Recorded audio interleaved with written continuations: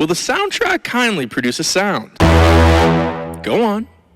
Don't be nervous. Go ahead. Any sound. Well, that isn't quite what I had in mind.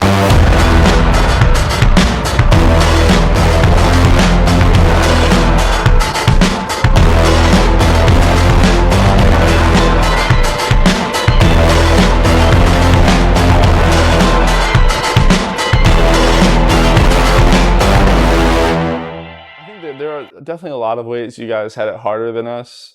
That's the thing. I It's mean, just always just different. It's just different. I think that's the thing. Yeah. And it's like, what no one wants to admit is like, you take people who talk about the greatest generation, you know, went through World War II and things like that. Yeah. What would they do in social media? How would they handle it? What would their Twitter handle be? Like, how mature would they be if someone called them a name on social media? Like, would they handle it with grace? And like, that's a really interesting it's question. very different circumstances because we like to think that we're so unique and we're just built differently or whatever it is. But it's like, man, a lot of it's just the circumstance of the world around you.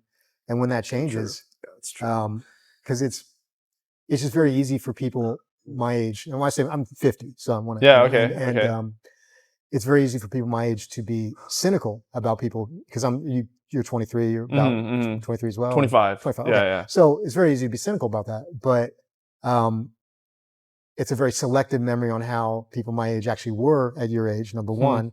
And number two, it's not thinking about all the different things. The fact that your whole life is exposed, if you want, can be exposed to the world now in a way that it was not at all when I was that age. Yeah. And like thinking about how that I would have dealt with that, I would have dealt with it quite poorly. You think so? I'm quite confident in it. Oh, yeah. So it's just weird to hear. Are we recording it? Or, yeah. Okay, cool. Yeah, where it's going, dude. Where it's going. Good. Yeah. That's the way I like to do it. Yeah, I think that because I think it's one of those things. It's like the idea of being lucky, right? I've been very lucky in my life in many different ways, from how I found jiu-jitsu to how my wife and I met to how she and I re-met 10 years later in a different city. Like literally like when Harry Met Sally, if you ever watch that movie. 10 years later. Which is one of my favorite movies ever. That my marriage story, my life story like that is very much in line with that. I think that people don't want to admit they're lucky because it feels like it takes away from them. Like, oh, this is my skill, my hard work. And if they account luck at all, it somehow takes away from it. But there's always luck to a lot of these things.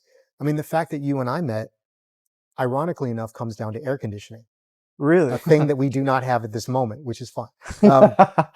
So when I moved out here, it was 2006. And there was 2 jiu-jitsu schools in Austin. There was Vandry's, which was on the other side of 183 off McNeil at the time. Okay. So right down the highway. And there was Phil Cardella's, which was a Helson school down south. And I went to both schools. Cardella did not have air conditioning. It was July. It was about 110 degrees outside, and it felt like it was about 115 degrees inside. Oh my God. And he spent the whole time convincing me. He's like, no, you don't want air conditioning because then you pull a muscle. This is much safer when it's hot like this. This is what they do in Brazil. And I'm like, there's no way. And I went to Vandry's. I'm like, he's got air conditioning. I choose that one. Now, because of Vandry's, that's how I met Cooper. Sean Cooper was William Vandry's first black belt. And Sean and I always got along really well. Sean used to teach a class every Monday at noon at Vandry's. That's how I met him. Sean went and started his own school. I ended up teaching that class at noon after Sean left.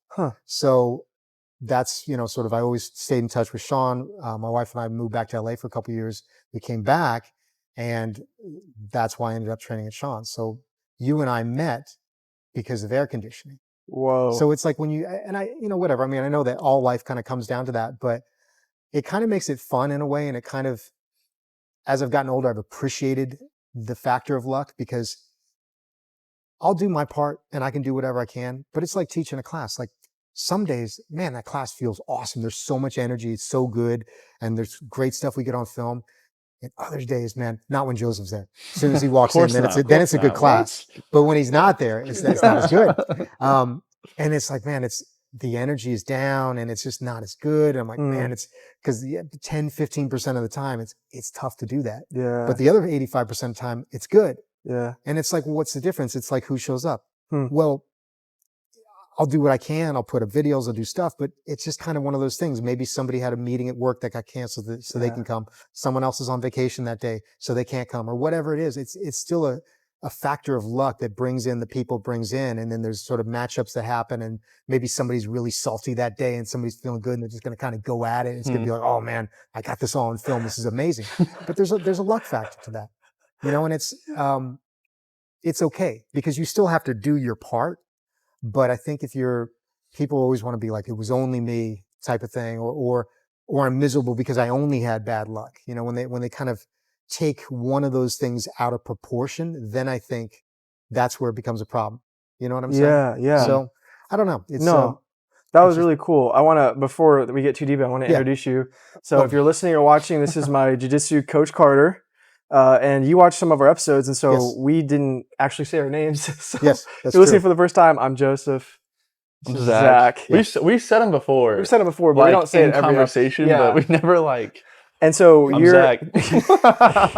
You're a 3rd degree, should be 4th degree black belt in jiu-jitsu.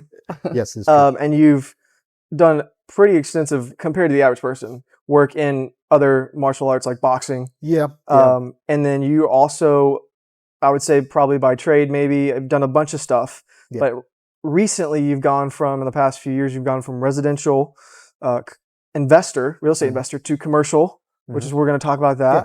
You've been married for 12 and a half years. You mentioned your wife, and you have some dogs. I do have dogs. So you're already great because you don't have a cat. So cats are that's amazing. Right? Yeah. And so I met you at jiu-jitsu. You did. I come to your class. You do. I try to come weekly, working on coming in more consistently. Joseph is he's very good at jiu-jitsu. I always come back. Joseph doesn't usually wear a t-shirt. He wears like a long sleeve thing or whatever. Okay. He's one of those secretly buff dudes. Like we don't, because I think he's such a nice guy and he's so sort of unnassuming. Yeah. And so the first time I trained with him, I'm like, I'm gonna kind of manhandle this kid a little bit. And as soon as I tied up with him, I'm like, no, I'm not. Like this kid, like he's good. He's he's legit. Like he's much stronger than I thought. Yeah. He's got interesting flexibility in the way he moves his hips really well. Like, I know this all probably sounds weird to somebody who doesn't do jiu-jitsu, but it's a good thing. So that's part of my strategy. I want to be underestimated. That's a good thing. Because I'm not the biggest guy or the fastest guy in the gym.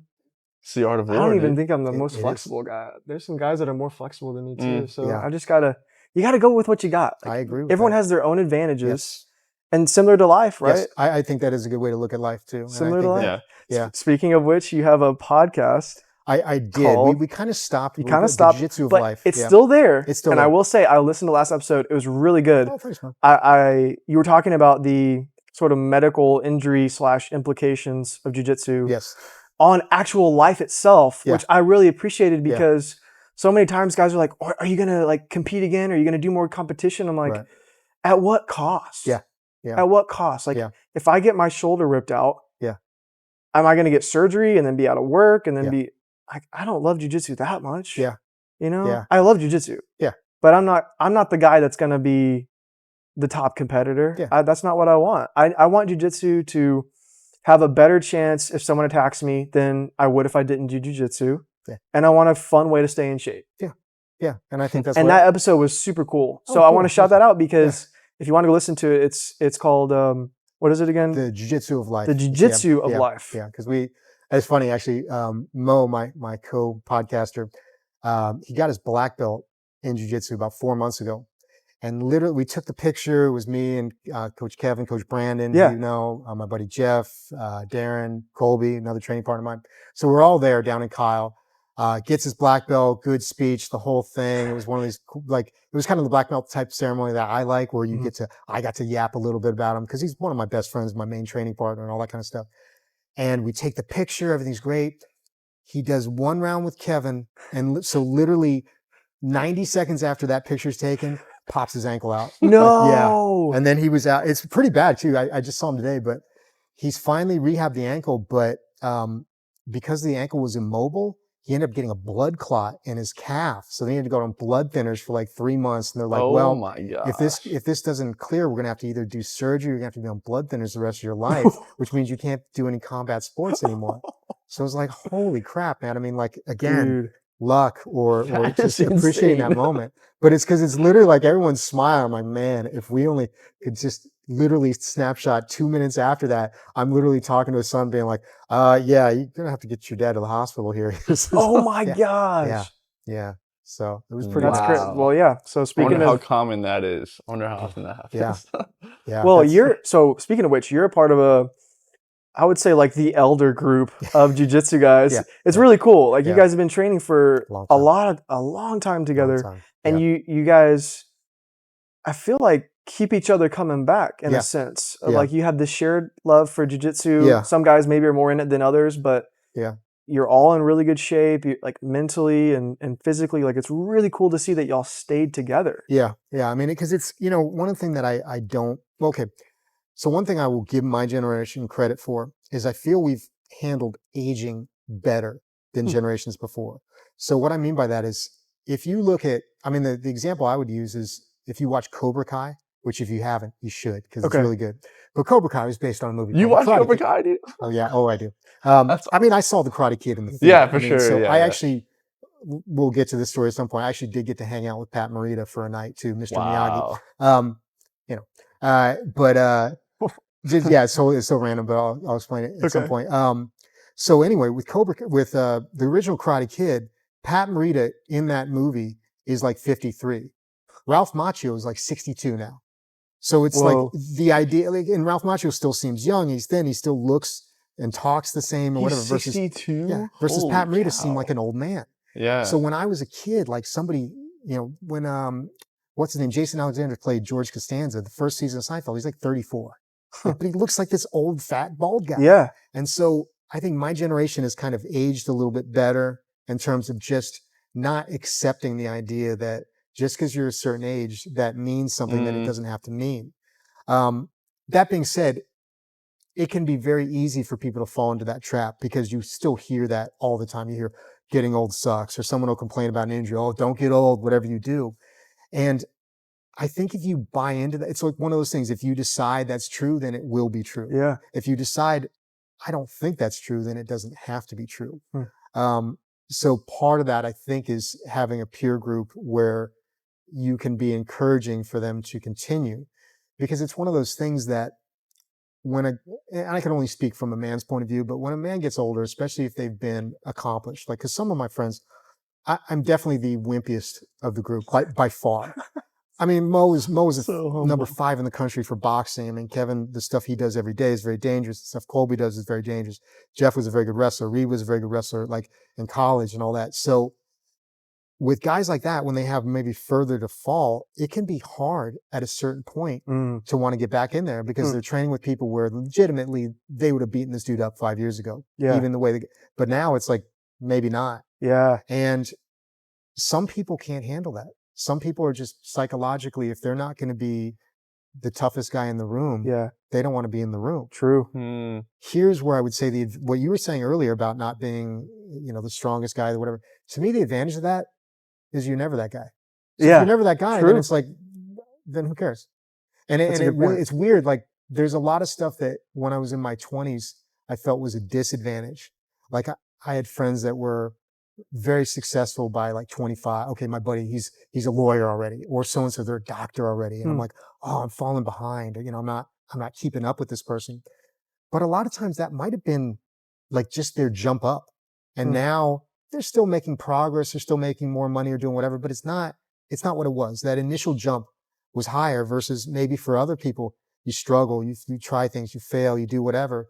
But when you find the right fit at the right time, you might become significantly more successful in what you define success is. Maybe it's money, maybe it's freedom. That's always been a big thing for me, is freedom, having options, being able to live on my own terms, not have a boss, things like that matter to me. I was able to get those things, but it took longer. I think for me, it took failing at a lot of stuff, eliminating stuff I didn't want to do. You know what I mean? Can we slow down right there? Because that's such a huge point, especially for us right now. Yeah. In our 20s. And a lot of our audience, I mentioned, is in between like 20 and mid 30s too. It can really seem daunting when you don't have the other side of that yet. Yeah, absolutely. Because you're looking forward, like you just mentioned, seeing maybe your peers or people, doesn't even have to be your friends that you know. It could just be people on social media saying, this is the next way how to make $1 million in 30 days. And you're just like, dude, oh my gosh. But the way you said, sometimes it's just figuring out what you don't want to do. Yes, I think so. That's just as huge, but no one ever really talks about Yeah. that. It's That funny. takes time. Well, my wife and I were talking about this before, and she wanted to make sure that I let you guys know this was her idea. Okay. Once she said it, I was like, I was thinking that too, but she's like, but tell them it's mine. So it's hers. So because she has, like me, done a lot of different things. She has a PhD in sociology from UT, Whoa. but now she Wow. does marketing and she teaches yoga and now like gym classes at a gym near our house. Huh. So she's trained. She's done it, but she taught at Southwestern. She taught at UT. She taught at ACC. So she taught at colleges sociology for many years as well. She did a lot of different things. Wow. And one of the things she said, which I agree with, is that I wish I'd been more honest with myself on things that I actually liked versus things where I'm like, well, if I seem like I'm into this, then this person will like that, or this will open this door, or I'll do like, there was a lot of, I don't feel like I was being deceptive, but it was like I was being deceptive to myself. Does that make sense? Yeah. So 100%. because there are some people that figure things out early. Like, my buddy who's a lawyer, he and I went to high school together, and, he had things figured out like at 15. He's like, well, I'm going to do this, this, and this, so I don't have to take math in college because I don't like this. And as soon as he graduated, like summa cum laude from a good school, and he's like, okay, I'm going to be a lawyer. I'm going to do this and that. He just had things figured out early on. Yeah. I would never trade places with him in his life now. And I mean, I don't know if he'd trade places with me either, but it's one of those things like I found my lane. He found his lane. He just found it earlier. Because I think that when somebody lives their life for other people, and you see people do this for their parents, for their peer group, there's lots of people that get into careers that they don't really like, but they're like, oh, my parents pressure me to do this. Or, I read Andre Agassi's book years ago, and the first sentence is, I hate tennis. I'm not kidding. I hate tennis. And like his whole thing was like his dad just made him do this from an early age, and it became the only thing that he knew. And he hated what he was great at, Wow. I think that surfaces at some point if you're kind of living that life. So the sooner you can be honest with yourself in things that this is what I actually like versus maybe this sounds impressive or this is respectable or whatever it might be.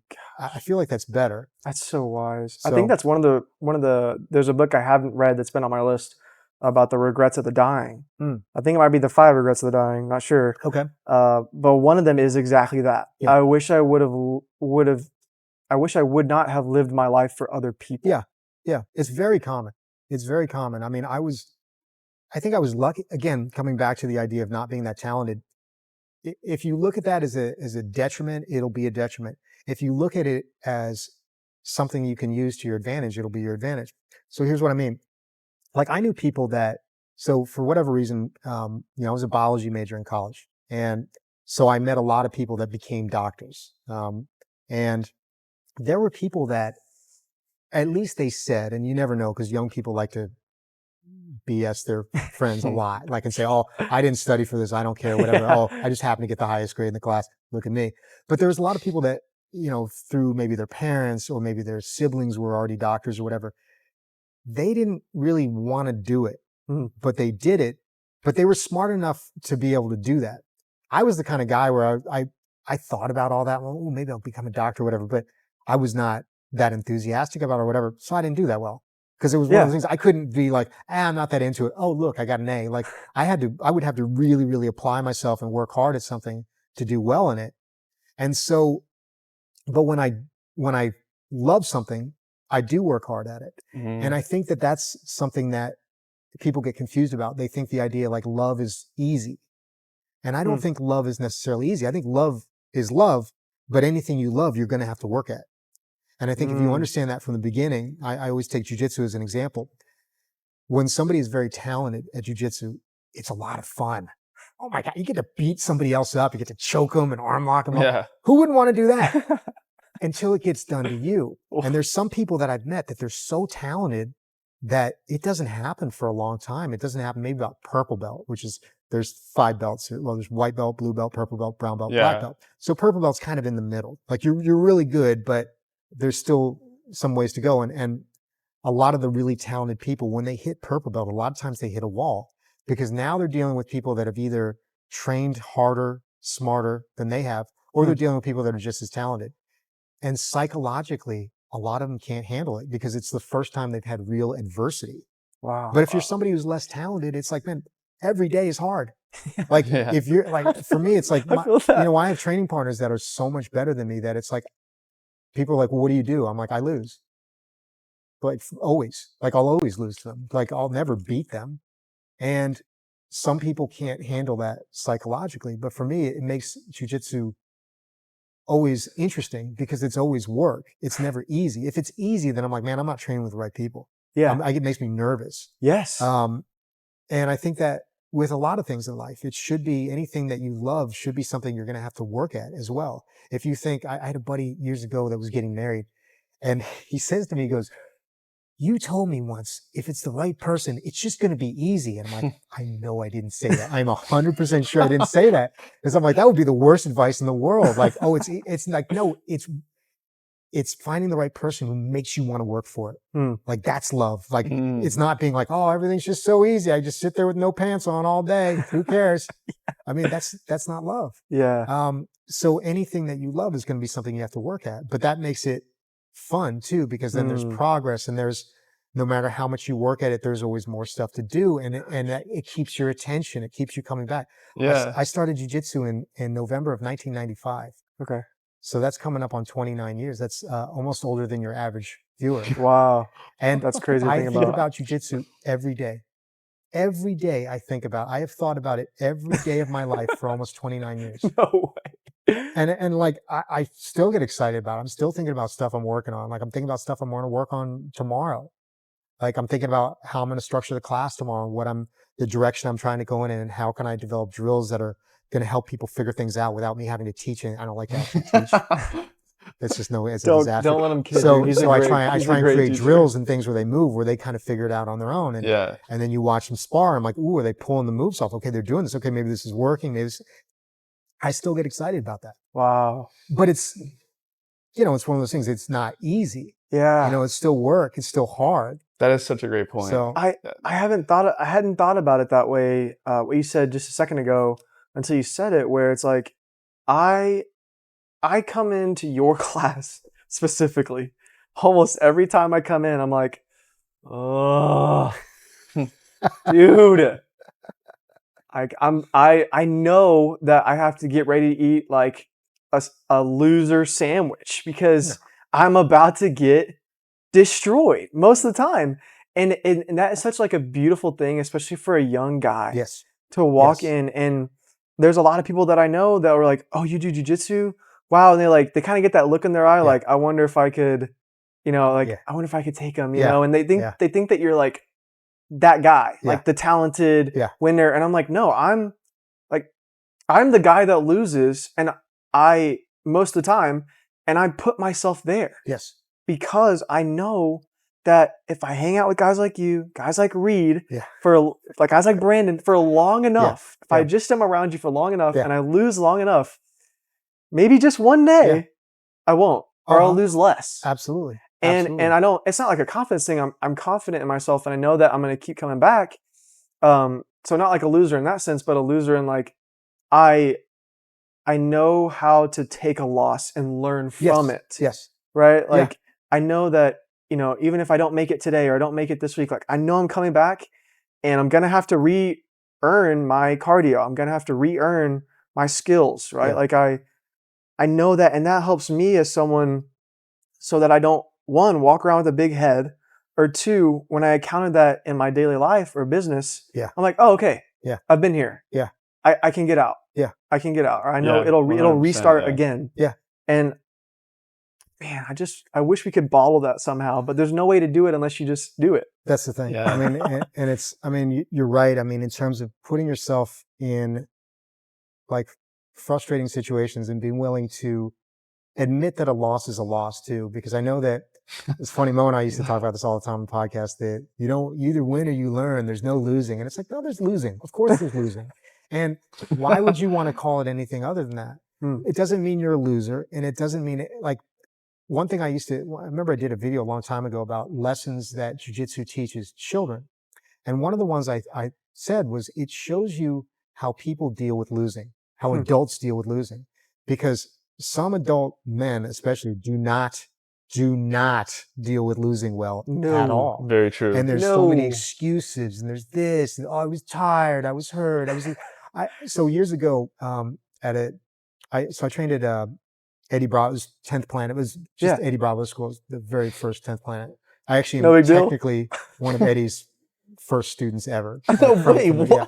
Holy So, crap. The very You first see what 10th I'm saying? Yeah. That's the very, crazy. No, the very first day so Eddie, at the time, he had beaten Hoyler in Abu Dhabi, and he was writing for Wow. The Man Show. The Man Show was a show that Adam Carolla and Jimmy Kimmel used to have on Comedy Central. They left. Jimmy Kimmel started doing Jimmy Kimmel Live. And so the last season, they brought in Joe Rogan and Doug Stanhope. And so Eddie was one of the writers on the show. And he got frustrated because he kept coming up with these ideas for stories, and they kept rejecting them.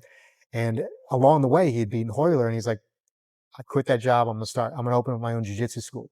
And back in the day, there was discussion forums and stuff like that. So I knew who Eddie was, and I'd seen his stuff, and I'm like, man, if this guy ever opens a school, I'm going to go check it out. And he's like, I'm opening it up. First, it's going to open up on a Thursday night. Thursday night and Friday night is free to anybody. So I went on Thursday night, and it was a place called the Bomb Squad back then. It was a Muay Thai gym in West Hollywood in Los Angeles. And there were some guys that I'd known because I had already been doing jiu-jitsu for a while. I was already blue belt in jiu-jitsu at that point. Okay. But yeah, I stayed there for about 3 years until I moved out here. Dang. So where was I going with all that?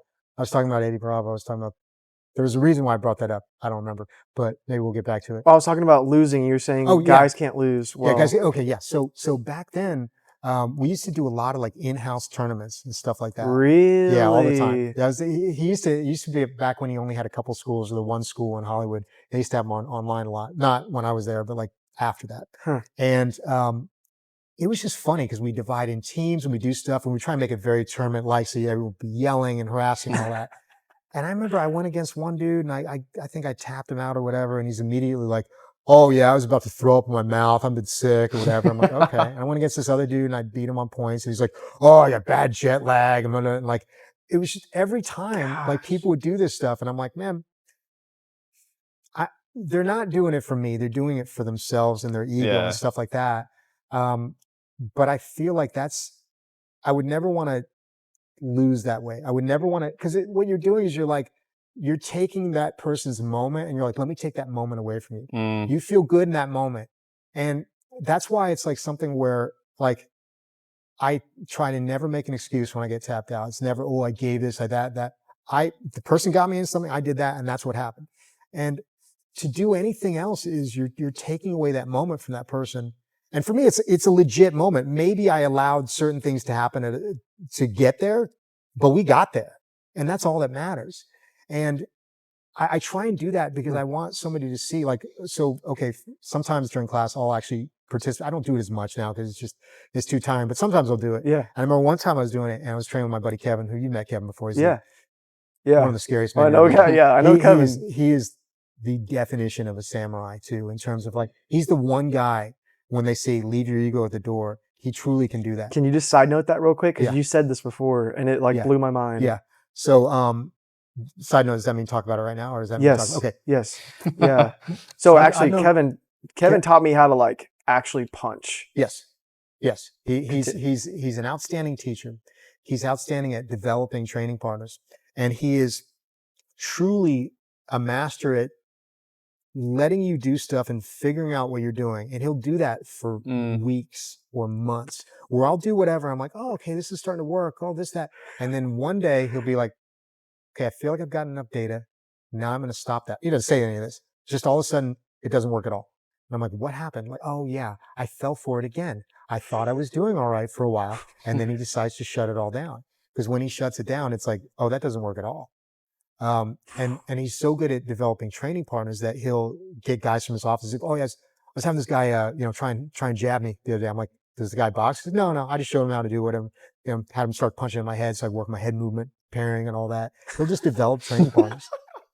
And it's like every once in a while they'll come out, and it's like this one dude came out, this big Russian dude. He's like, oh yeah, it's my buddy Izzy, my new training partner. I'm like, it's one of the most terrifying looking human beings I've ever seen in my life, man. Like, he's a good guy, but he makes them great training partners, and they're always like humble and like just good sparring partners. I've done like stand up with Izzy before. I mean, like he's a great sparring partner. And Wow. a lot of it's because how Kevin taught him to be a good training partner. But he never will, like I've watched lots of people tap him out and probably go home and tell their wife or tell their girlfriend or their boys or whatever, like, oh yeah, beat this guy, whatever. He'll never say anything, never do anything. And I'm like, that happened because he let it happen. But he doesn't care. Like, it's like literally he'll be like, okay, I'm seeing what, all right, that's what he's doing. Okay. It's studying for him. It's seeing what he's doing because his job is very dangerous in the real world. That's all he cares about. He's like, I want to be prepared for out there. I don't care what happens in here. I just want to be prepared for out there because he does a lot of dangerous stuff, a lot of hands-on, a lot of very dangerous stuff. And so his idea is, I don't want to get hurt training, but I want to be prepared training for any situation. Yeah. And so a lot of that involves studying what the other person is doing. Yes. And that's really hard because most of us, and again, this kind of comes back to a lesson in life. Most of us are always thinking about what we're doing, what we're saying. Like, you know, they always say like somebody's not listening. They're just thinking, they're just waiting for the other person to stop talking so they can say what they want to say. You know, versus Kevin is listening. He's watching. He's actually watching what the person is doing. He taught me, so you and I know this, there's levels to jiu-jitsu 100%. and not just like in jiu-jitsu, but like outside of that with like the different techniques. Specifically, I started with gi, right? And it's great. I think there's a lot of great things you can learn from gi. Yeah. I like it. It's actually better for my game because I can slow people down. It's awesome. Yeah. And then I started with no gi, which is mostly what you do in your classes. I did some no gi for about a year before I came to your class, and did some leg locks and stuff. But your class is really cool because you mentioned it one time earlier. You kind of give us like a lab setting where you're like, okay, try this, but if he hits you in the face, you better watch out for that. Because a lot of people in jiu-jitsu will just put you in this very, very, very niche specific scenario that kind of sets you up for failure almost awareness-wise if it happens to you. And that people kind of poke fun at jiu-jitsu for that. Like with reason. Well deserved. Like well deserved, right? And so Kevin showed me how he got me to buy one of those plastic knives and one of the plastic guns, and he'll just do like whenever he's there, he'll do a cool down with me afterwards where we'll just go through, you know, someone will point the gun, the plastic gun, and then you take it down, the knife, boom. And I didn't realize how fast I would have died. It's pretty crazy. I didn't realize how fast, like, I just died. I'm dead. I'm actually dead. And like he nicks you with the little knife and you're like, oh my gosh, that was my wrist. I'm dead. That was so fast. And it blew my mind. And so you and him have both really helped take my jiu-jitsu game to another level of awareness. Where I'm understanding, okay, don't just get in this little world where you think you know so much and some dude just roundhouses you or whatever. Even with, we train a lot now with strikes, slaps, gloves on Fridays, right? And that has taken me to another level. It's wild. No, it's funny because you know, when jiu-jitsu started, it was much more, they didn't even call it MMA back then. It was NH, no holds barred, or vale tudo, anything goes in Portuguese. That's kind of what it was called back then. And the idea was always with strikes and things like that. And that's why I got into jiu-jitsu. I mean, I watched, well, I mean, I have a specific story if you'd want to hear it. I'd love to hear it. I was growing up in the 80s. We had this weird idea that if you were buff, that's all you needed. You watch, I mean, Schwarzenegger, Stallone, whatever it is, they're just boom, fire a gun and flex the whole time. Rambo style. You know, like people would just see you and they'd be like, this guy's buff. I'm going to leave this alone. But the real world is not like that, as we know. And so when I was 19, I actually know the date. It was October 30th, 1993. And I was living in a part of LA that was not a great part. I had like 5 roommates and slept on the floor. You know, it was like that kind of time in life. And at the time, Nirvana was a big band. So I had like cheesy blonde hair in my face type thing. You know? So no one could see. I got to see a picture. Deep thoughts were going through my head. Hopefully they've all been burned. But and so I'm walking along and it's Saturday night and it was not a great neighborhood, and it was not a smart thing to be doing, walking alone on a Saturday night. Okay. And I saw two guys coming up to me, and as they're coming up, they kind of split. So one dude's here, which is not a good sign. But I was so like in my head and whatever. I just didn't. So long story short, guy on the right, some sort of, I don't know if it was a cross uppercut, who knows. I didn't feel anything. Next thing I know, he's looking up at the ground and they're wailing on me, and they took my money. They did give me the wallet back. I asked for the wallet back. They took the money out and gave the wallet, which I thought was very nice. So, Wow, that's so nice. So kind of them. But that was October 30th, 1993. 14 days later was November 12th, 1993. That was the first UFC. That's actually my wedding anniversary no too. way! Holy cow! So yeah. So it was one of those things that, now I didn't see the first one, but I heard about it. And I heard about this Hoist Gracie guy who was like my size. I'm like 6'1", 175 pounds. That's Hoist's size. Wow. Almost exactly. And I was like, okay. Then the second one came and Hoist won the second one. I'm like, all right, this seems interesting. And I had tried some other stuff. I tried a little bit of boxing back then and got a pretty bad concussion, like got thrown in sparring fast and got a pretty bad concussion. I'm like, I don't think this is for me. And I had gotten like, at that point, pretty buff. Okay. And I'm like, but that wasn't helping. I was still haunted by that feeling of being an easy target. And I was like, I don't want to be an easy target. And I look bigger, but I certainly don't have like a game plan if someone swings at me again or whatever. So I decided, I'm like, okay, I'm going to learn jiu-jitsu. Now, again, this is like 94, maybe 95 at this point, 1995. So there's the Gracie Academy, which is in Torrance. I lived in Los Angeles, but LA to Torrance, and people know LA, like that's still a long way away, especially back then. I didn't have a car or anything like that. But I found out that the Hickson Gracie Academy was close by to where I lived. Okay. I could take the bus or whatever. So I worked in a fish factory in Petersburg, Alaska for a summer because I wanted to make money for school. I went to UCLA and state school back then was pretty cheap. It was like $3,000 for a year or something like that. So I made like $8,000 that summer, which was like a fortune for a 21-year-old. Oh my gosh. It seemed like a crazy amount of money.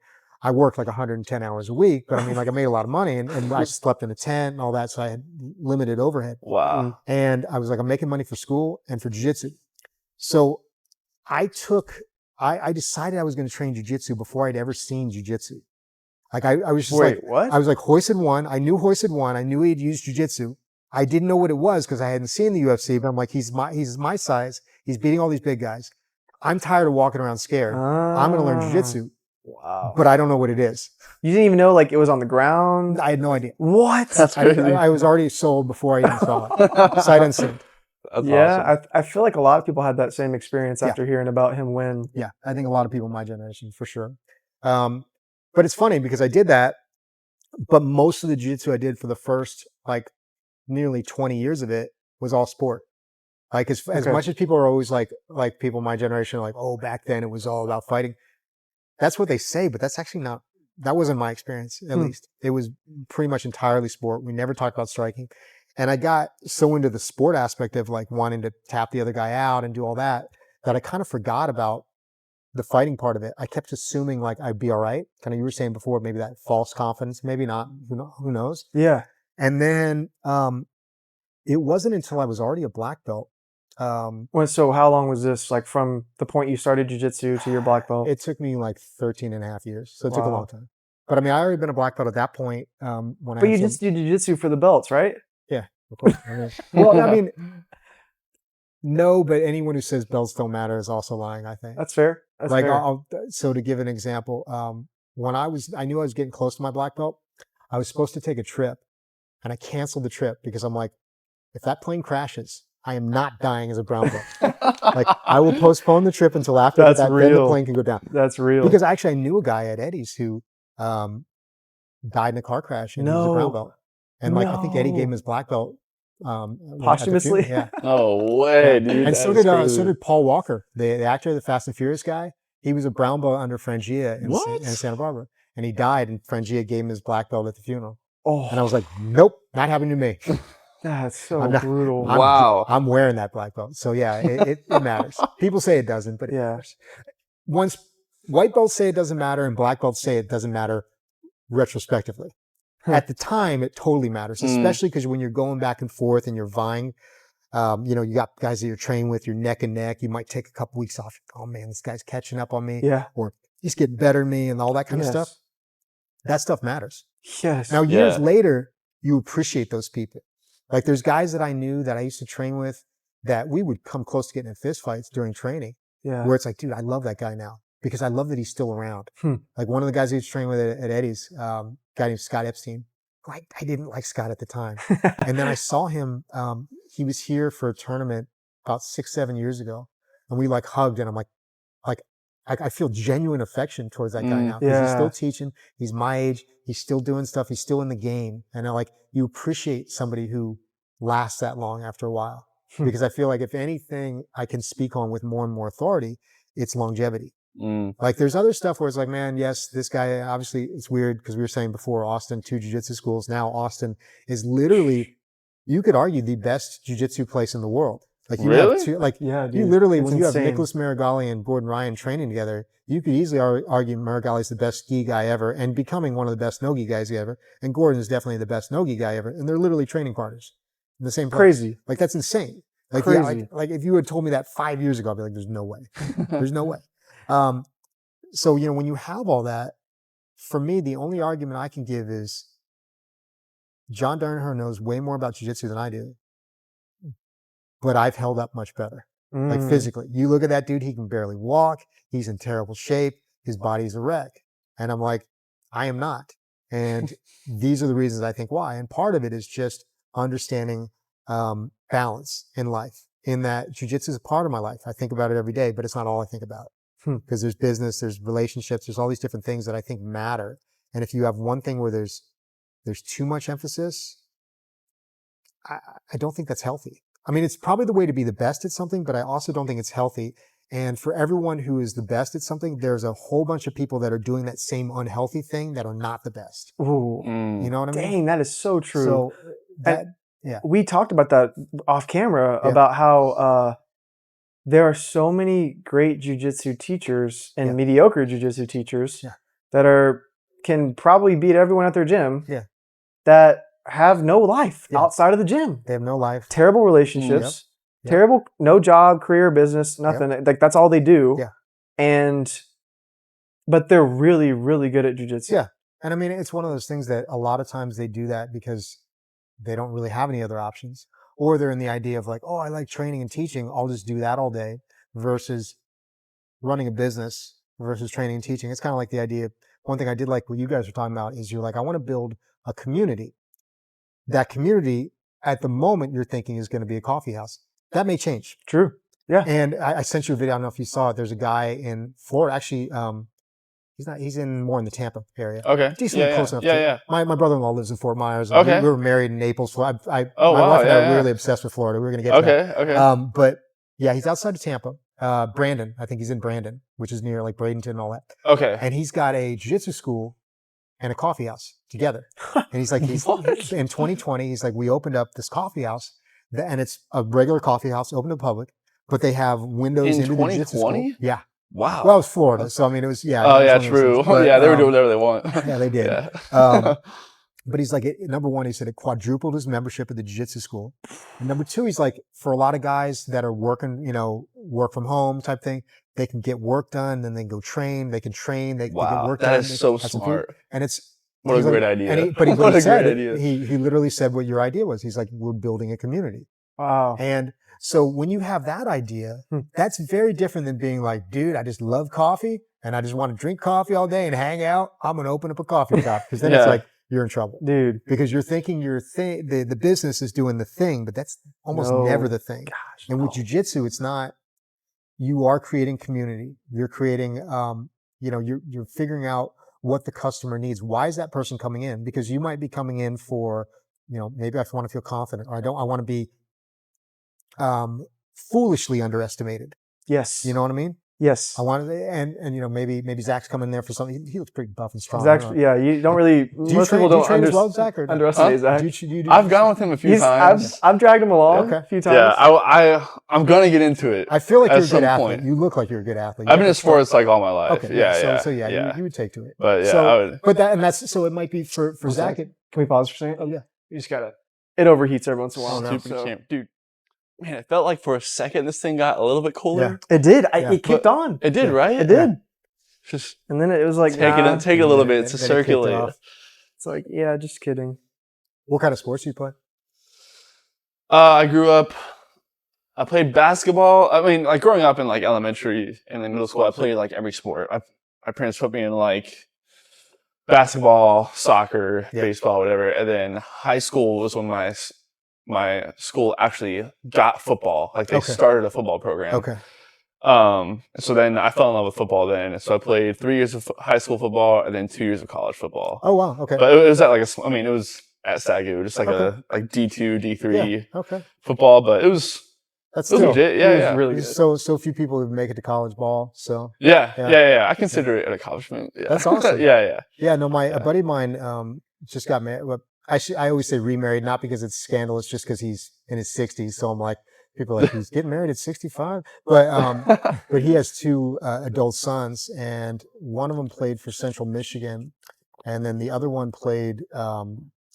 Let's say it's College of Canyon. It was a junior college in California. My wife actually taught there years ago, and we lived right near there years ago. But the younger one is now trying to be a coach for SMU, and I think he's actually making good progress in terms of being like a wide receiver coach or whatever. But they're both enormous. They're both like 6'5", like big dudes or whatever. But one guy, they both played college ball, and then the other one was an Army Ranger and is now, I think, going back to become Delta.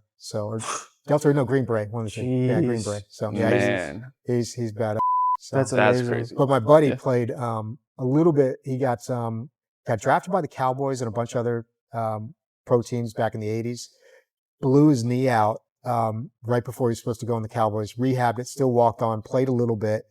Supposedly got in multiple fist fights with Randy White. Do you remember Randy White, the football player from the 80s? He and my buddy, they apparently duked out to the point where Tom Landry would yell at them to stop. And I'm like, dude, that's amazing. And then two of his other buddies that were at the wedding, one of them played for the Oilers and played for a bunch of teams, played for about 5-6 years in the pros. Wow. So it was interesting to talk because another one was a walk-on at Eastern Michigan, played for a while, but had the conversation with the coach where he's like, listen, you're never going to start. You're going to be part of the practice team. They're going to beat the crap out of you. Do you really want to do that, or do you want to just change your major and do something else? He's like, I'm going to do something else, and became a finance guy. He's like a super successful finance guy as well. But it's always interesting to talk to, people that get to a certain point playing sports. It's like, it's always interesting because you were probably a pretty good player in high school, and then you walk into college, you're like, oh, you guys were the best player on your team too? Exactly. That's so true. It's I was very good in high school. I mean, I was like one of the top players on the team, and then going to college, I redshirted the first year, 0 playing time, and then the second year, I got a little bit of playing time here and there, but the school you were putting on mass too, right?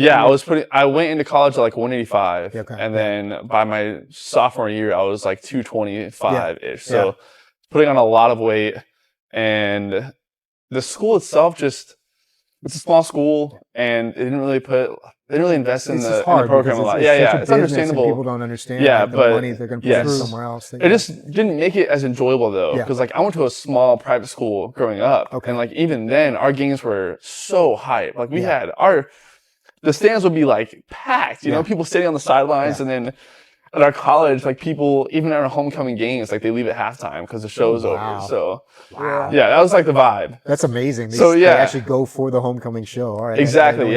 So it was just it just wasn't the same. Yeah. So for me, I was like, 10 years from now, all these 7 a.m. workouts and everything, my coach yelling at me. Yeah. Am I going to really care about this? Yeah.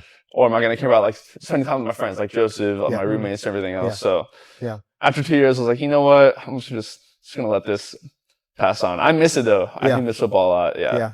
But I did going to roll with Joseph a few times, going to a few classes. Yeah. that was, first of all, it's so much fun. Like Yeah, jiu-jitsu it is. it's so, every sport is like different, like in terms of like conditioning, Mhm. but jiu-jitsu really is, I consider myself pretty active. I'm very athletic. I've always been in weight training. Yeah. I keep myself very in shape. I try to. Yeah. But So, every time I go to jiu-jitsu, it's like, dude, it's it's just a different. Yeah, whole it's nother, different. it's a It's whole different. different way of yeah. exerting energy. Yeah. And you're just like, you leave just like absolutely depleted. Just, Yeah. just like, you're just toast. It's a good way You're to just say it. toast. Yeah. Yeah. And that's something I really enjoy about it. Cause I enjoy that feeling. Yeah. I love getting out of a workout and I'm like, True. holy crap, I just worked my butt off. Yeah. Yeah. And I love, like, that's something I really missed from football, is waking up on like a Saturday morning after a game and just having like battle scars and being like, oh, like, I can't move because I'm so sore. Yeah. I don't know why. I just love that because No, I felt like something very primal about that. yes, that I, like, yeah. And that's one thing I like about jiu-jitsu. And, yeah, is that jiu-jitsu, I can do feel it like later. that when I'm done. Yeah. And the cool thing about it is that, a lot of guys, you meet a lot of wrestlers, a lot of guys who play football and things like that. And they miss that time. They miss that camaraderie. They miss like butting heads with people. Like there's something, if There's you're that something kind of guy, about that. you're Yeah. that kind of guy. And what's cool about jiu-jitsu is that you can be that guy for the rest of your life. Versus with football, it's like, man, Yeah. you just can't play the game after a certain point. Yeah. Like, And once you're done, you're done. You're done. And, Yeah, and it's yeah, so yeah. hard for people to walk away. And what's cool about jiu-jitsu is like, my buddy Jeff, who wrestled all the way growing up, all the way to a little bit in college as well. And then it was gone from his life. This thing that he'd done since like 5 years old till he was like 20, it was gone for 15 years until he found jiu-jitsu. And then all of a sudden he's like, oh, I miss this. Because that's one thing that I remember growing up. It always made it out like being an adult was just miserable because it was like no fun. Like you do sports, that's kid stuff. You don't do that as an adult. And again, coming back to my generation, I think my generation is like, no, we're going to keep doing that. That's fine. Like it's good. Yeah. I think that because having that camaraderie, the way you know somebody in a jiu-jitsu sense much differently than you know people in other parts of life. I think you know them much more honestly. You can see, what does this person do when they're getting dominated? Do they just quit? Because there's some people that do. Like I've literally heard within the last 2 weeks, I've heard come out of somebody's mouth, I can't get out, I'm just going to quit. And they just tap out. Like literally, like, I can't get out of this position, they stop. There's people that do that. And it's nothing, I mean, and that's a psychological hurdle that in my opinion, this particular guy I'm talking about needs to get over. Yeah. But maybe not. But that's something that I could talk to that guy for hours and never figure that out. Because when you're talking, you can not talk about things. You can lie. You can embellish. You can do different things where you're never really going to know. But when you lay hands on someone, you can't really fake that. Yeah. And you can't really see like what There's do an they authenticity. do. Yeah. Yeah. Well, I was thinking about, here's something I was starting to talk about, and we sidetracked with Kevin. Yes. One time I was training in my class, and I was training with Kevin, and a couple guys were hurt. Arthur and some other people were just watching. And I'm like, it's probably good that they see this because he just beat the crap out of it. He even said it like later on. He goes, I won't say, I'm sure this is a family friendly show, so I won't say exactly what he said. But he's like, oh yeah, no, I beat the shit out of it that day. And like, he did. He like really did. And it was like bad. And I'm like, it's good for them to see that. Yeah. Because it's like, because number one, that's 100% what happens when he and I train. And number two, do I quit? I mean, I'm not going to win, but I'm going to keep working and keep myself, I'm going to do as well as I can. And that's, hopefully people see that, and that, I don't know if that inspires them or whatever, but I want them to see that because that to me is being honest. Versus if I was like, hey dude, make me look good. Yeah. Like I wouldn't want anyone to see that, because then the fear is that, number one, you're never going to teach people everything you know if you're worried about them getting better than you. True. And, I mean, that was, when I started jiu-jitsu, the Brazilians were notorious for that. Really? Like they would show people, I think about some of the stuff they showed us back in the day. I'm like, maybe they didn't know better, or maybe they did, and I get it, because there's something where you're like, you're giving this person this power. Like someone like Zach, I can tell you're a good athlete. You're 25 years old. I feel that within 2 years, we could make you really, really dangerous, really dangerous. And then you have to sit there and be like, and like, I'll be 2 years older. I'll be 52. You'll be 27. I mean, like that's a huge difference. Yeah. Plus you're me on my best day, I wasn't a great athlete. And I'm 25 years removed from that. So, somebody has to think about that and say, like, am I going to give this, or am I going to contribute to giving this person this power? Because once you give it to them, you can't take it back. That's so true. And Brandon is a great example of that. Oh yeah. Right? I think he's the best example. He's crazy good Yes. now, and was really good in Taekwondo, Yes. right? When he came in, was Yes. already a black belt, already, I think had his own school. Yeah.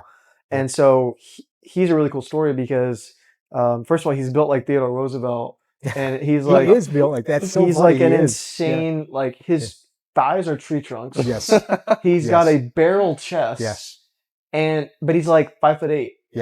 He's Really? 5'8". He's 205 pounds right now. Yes. Yeah. So, but came in as like a Taekwondo black belt, and he's mentioned just briefly that he was kind of looking for something to challenge him again. Yes. Yeah. And he met this group Yeah. of guys with, Reed, and Reed told me this before, so I can say with some confidence that Reed's like my size. Yeah. Okay. And really good, like was a D1 wrestler, Yeah, he really wrestled for good. Wisconsin, Now he's really good at jiu-jitsu too, Yeah, he freaking is. animal, Yeah. and he's probably in his 50s. He's a month younger. He'll be 50 next month. Yeah. He's a month younger than me. So Dang. Reed Yeah. was like, this guy Brandon came in as a blue belt. Yeah. And they would just pretty much destroy him, we would smash him. smash him all the Yeah. time.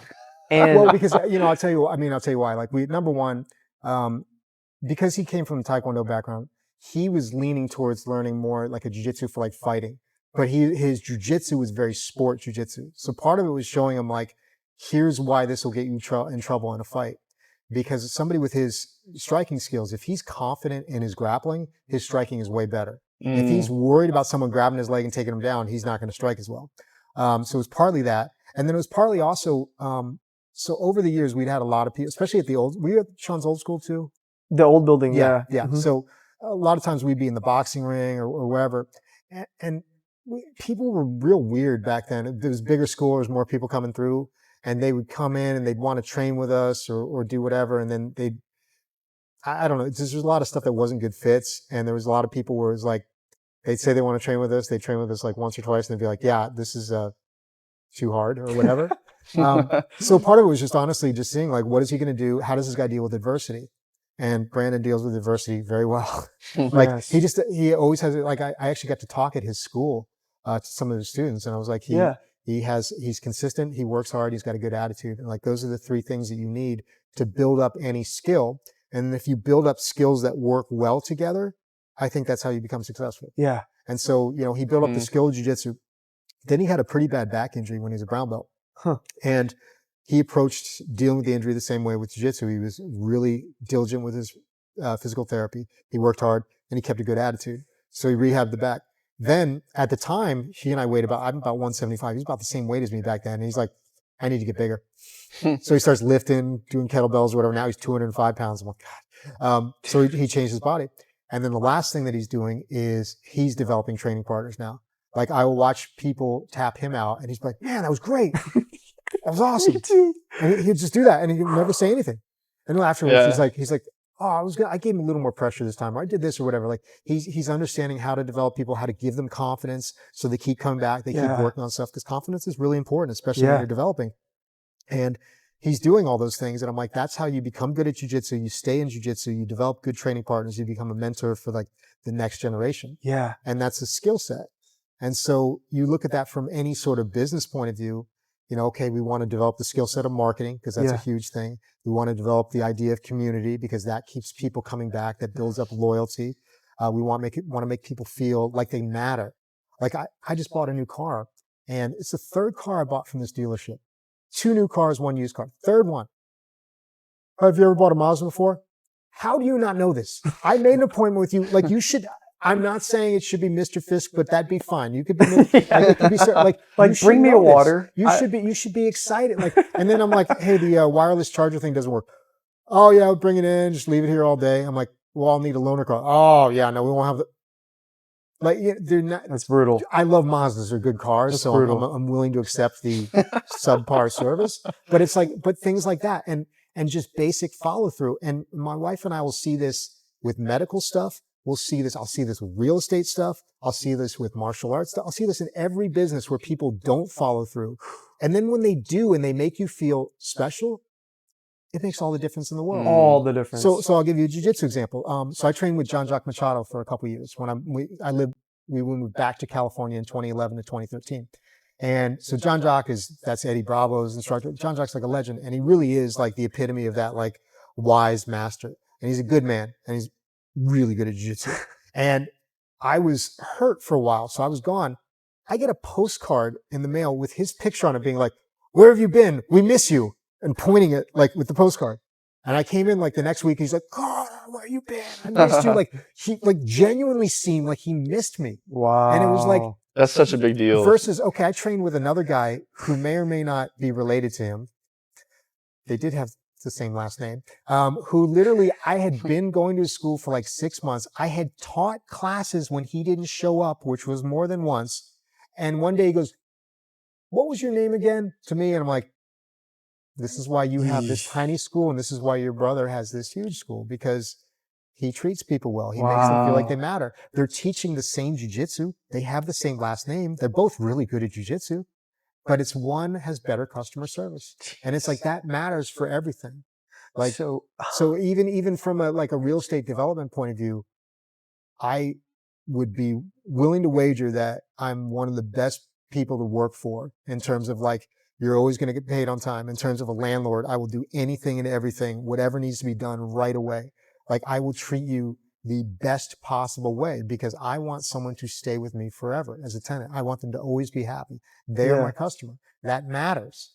And yes, I could get a property manager who does whatever and blah, blah, blah, and I wouldn't have to drive an hour to get there, but I would rather do it myself and make them feel like they're important to me. And every Christmas I give them gifts. I get, I do things like that stuff matters. It does. And it's like, because a lot of times things aren't that different. I mean, like, let's say you guys open up a coffee place and it's, actually I got a book for you to read too, The Monk of Mocha by Dave Eggers. It's all about coffee. It's really good. Amazing.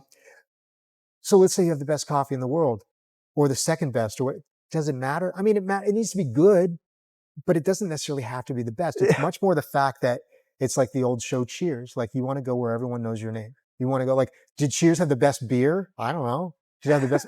No, it had Norm. It had Sam Malone. It had Woody. It had all these different people where you'd want to hang out. You'd want to be there. And that's why, when you create a jiu-jitsu school, you want it to be your friends. Like I would always say to people, like, especially now, pick people that you're compatible with, that you get along with, that you can be vulnerable with. Those are your good training partners. Because as much as, like the best guy in the world is this guy or whatever, and you don't like this guy and you, every time you see him, you cringe and you don't want to train with him. Then on days when you're feeling a little hurt or you're feeling run down or whatever, I don't want to train because I don't want to deal with that guy versus, I want to go see my boys. I might just go there and hang out. I'm hanging out. Oh, I did bring my gi though. Okay, I'm going to put it, I brought my clothes. Like it makes it when it's 50-50, you'll do it much more. And then what happens, you're consistent, you'll get better. Yeah. And it's like, because I used to be so concerned with lineage or who I train with or whatever. And it's like, man, people get better over time. There's people that are exceptional that are just going to get way better. And that just is what it is. But most people are going to get significantly better. Like the version of you now versus a year ago, because that's all you can really compare yourself with is yourself. You always think about like, well, what if I didn't know jiu-jitsu? How badly would I beat myself up? Okay, what if I knew jiu-jitsu, but like my knowledge a year ago, how would I do against, I'd win, And that's because that's all it can come down to. Everything, So I have like so many thoughts in my head, but I wanted to circle back to something you said earlier that I put a pin in my head where you said the guy who was like, quitting in a certain position and you don't want to be that guy. Yeah. And I think an important distinction for like where my development is at and some things that you've really helped me with, and so has Brandon, where I remember two specific instances where one day I don't think there was not too many people there, and I had some really, I would say like dominant roles. And I remember you were like, hey, come here. You said, I just want to work something real quick. And so I went over there and I was pretty gassed and you knew that. And that's where wisdom comes in. Your game is like a python where you keep that really steady pressure that is like a wet blanket on you. and Yeah. it's so tough.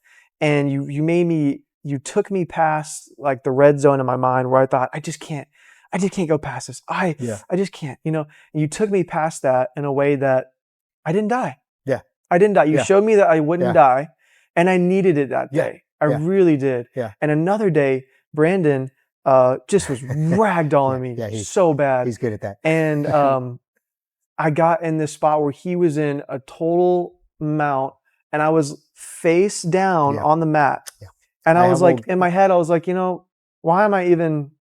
I told him, I was like, I'm just gonna stop here, because I was like, I would be dead. Yeah. That was in my head, but he was like, no. Yes. You He'll need make to you keep going. You need to learn how to get out of this, even if you would be. Yes. And I was like, okay, fair. And so he showed me, like, he made me work to get out. Yeah. And I was better because of that. Because now you have a game plan. And that day, I was that guy. Yeah. But I think the point is, if you keep coming back and you train with good people like that, eventually you won't be that guy. Yeah. And I've felt my mental development get so much better to the point of like, even with like diabetes, you really helped me to, coast is not a good word, but like train in a way that I don't burn myself out every time. Yeah, that's the thing. That's the thing. And I come back better, but I also finish the workout and I feel so much better about myself. I go home and I'm like, I could go back tomorrow. Yeah.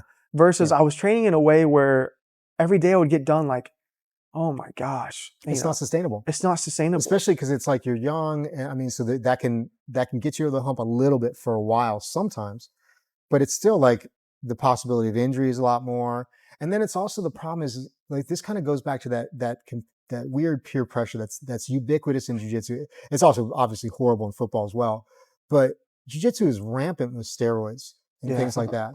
And the problem with that, I have mixed feelings about it. Like morally, I have mixed feelings in terms of, I'm like, somebody's trying to do me physical harm and they are significantly bigger and stronger than they naturally would be. Yeah. And I'm not, and I'm not doing this. I'm not on anything. So I have maybe a little bit of moral quandary about it, but I understand why people do it. Sure. But my problem with it is that young men need guidance a lot of times. That's something that's missing. That's something for me. I feel like I didn't have good male role models growing up at all. And that was something I was looking for a long period of my life, definitely throughout my 20s, maybe through part of my 30s, I would say. And with the world of social media, you're going to look to say, well, who's the best? Oh, it's this guy, it's that guy in jiu-jitsu. And you watch them train. Oh, guys, train to exhaustion. Oh, he's lifting weights now. Oh, I can't do another rep. He's doing all these things. And they're never talking about like, dude, these guys are taking steroids, which is going to allow them to train much longer and harder and recover from much longer and harder workouts than a non-steroid using person is going to be able to do.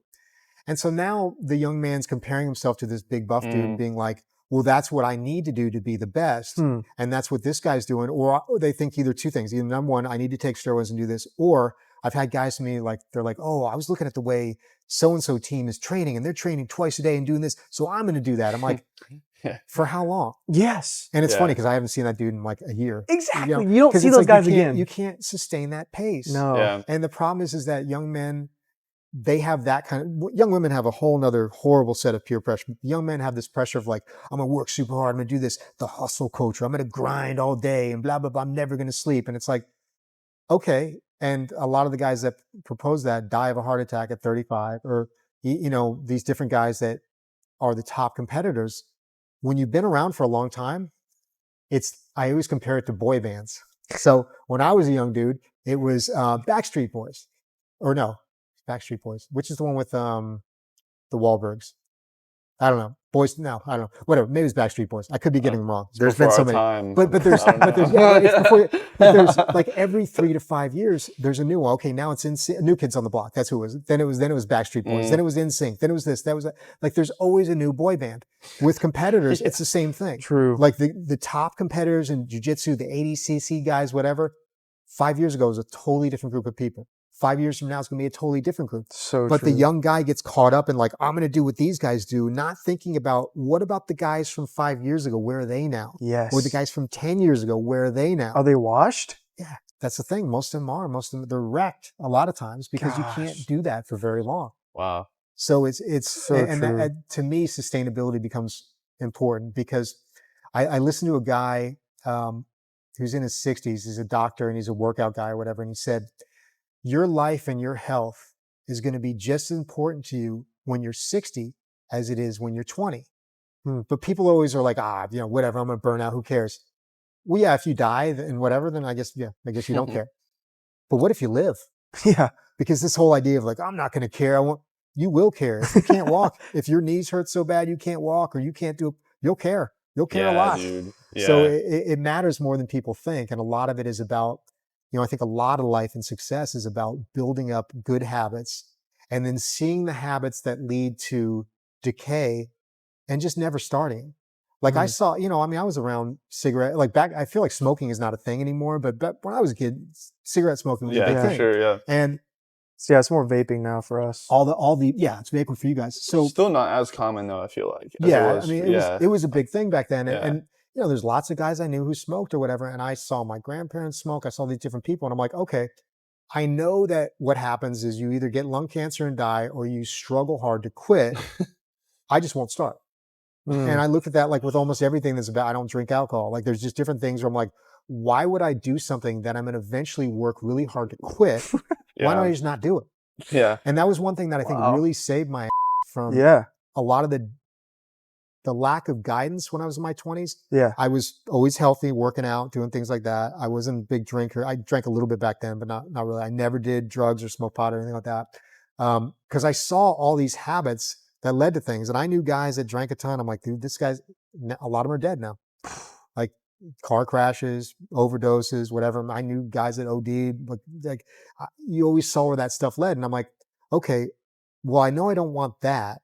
I don't know what I want, but I know I don't want that. So it was like eliminating stuff, and saying like, well, nothing, the only good thing that happens is nothing bad happens. If that's it, then that's not something worth doing. That's why it's like, as a married guy, never go to bars, never do anything. I'm like, why would I ever? First of all, I don't drink. Secondly, why would I go to a bar? Like, if nothing happens, that was a successful night. Yeah. How about this? I'll just stay at home. Then nothing will happen. It'll be fine. Man. Your logic is flawless. It's funny because, people talk about self-defense. And to me, one of the best things of self-defense is just avoiding situations where fights are going to break out. And the biggest situation is when there's alcohol and there's young men and usually young women that the young men are vying for. That's 99% of the time. Like, oh, I was at this club and this guy, okay. That was a mistake. Let's back up. Where were you at? Because it's like, there's literally, and it doesn't even have to be like, there was a pretty successful business guy in Austin on the more like adult part of 6th Street. Yeah.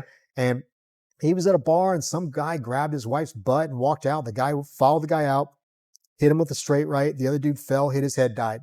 That dude's in jail now. Gosh. It's like, well, did he offended his wife's honor? Okay.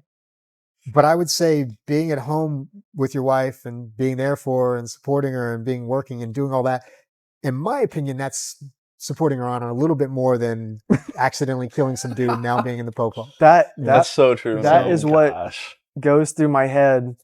I think a lot of guys think about those scenarios. Yeah. All the time. Like, all the time. It's in my head all the time. Yeah. Like, what would I do? For sure. And that's what got me into jiu-jitsu in the first place. Yeah. And I really struggle with the idea of, like, what is the risk worth the honor, quote unquote, 100%. saved? 100%. Is the risk worth it? And it's much, honestly, I'll tell you, this is one thing that does change as you get older. There is a young guy energy that's just there. And it's the reason why we send young men off to war. And it's the reason why young dudes get into fights and all that. There's this weird, challenging thing. This guy's looking at me. This is good. Yeah. That goes away. I don't know when. It's weird. It just, it goes away. And to the point where, I don't know. Like but I remember it though. And I had started jiu-jitsu and all that, but it was very much more like challenging and, that sort of thing where the guy looks at me the wrong way. There can be something's going to happen, whatever. and that completely goes away. But it is absolutely a thing when you're at your age. It's 100% a thing. So, and it's hard too, because you're at the age where all that stuff happens. So if you're around your peers, it's like, it's just so much more likely for that to happen than when I'm with my buddies, we're all in our 50s. Like, first of all, we all know who can beat each other up because that's what we do anyway. And secondly, it's like, well, actually, no, I was going to say never, actually, if those guys are drinking, it will happen. That's why when they start drinking, I get out of there. But But to me, it's just much less likely to happen at that age. Because Yes. just no one wants to see that. That's like true. A middle-aged. That's so you know. true. Yeah. So, but at a young age, it's far more likely. So I would say it's weird in a weird way. Being a young man, you should be more prepared than older, because for me, the odds of it happening to me are much lower, I think, just in general. Yeah. And then I have a certain look that, for whatever reason, keeps me out of, I don't know if it's these or what, but That probably helped your for the cauliflower most ears. part, Yeah. it seems to do. I seem to feel. Well, to be and I relatively wanted to left jump back again to when you were talking about, I love that coffee and jiu-jitsu idea. That's super Yeah. cool. Yeah. I love the creative I aspect. think I sent it to you on Instagram. I'll send it again if I Okay. didn't. It's Robbie D'Onofrio is the guy's name. Yeah, I'll There's a check it bunch out. of jiu-jitsu guys that all started from actually a Hoist Gracie black belt named Rob Kahn. Uh-huh. Moved to Tampa in 2004, started Gracie Tampa, and now they branched out. They have a ton of schools.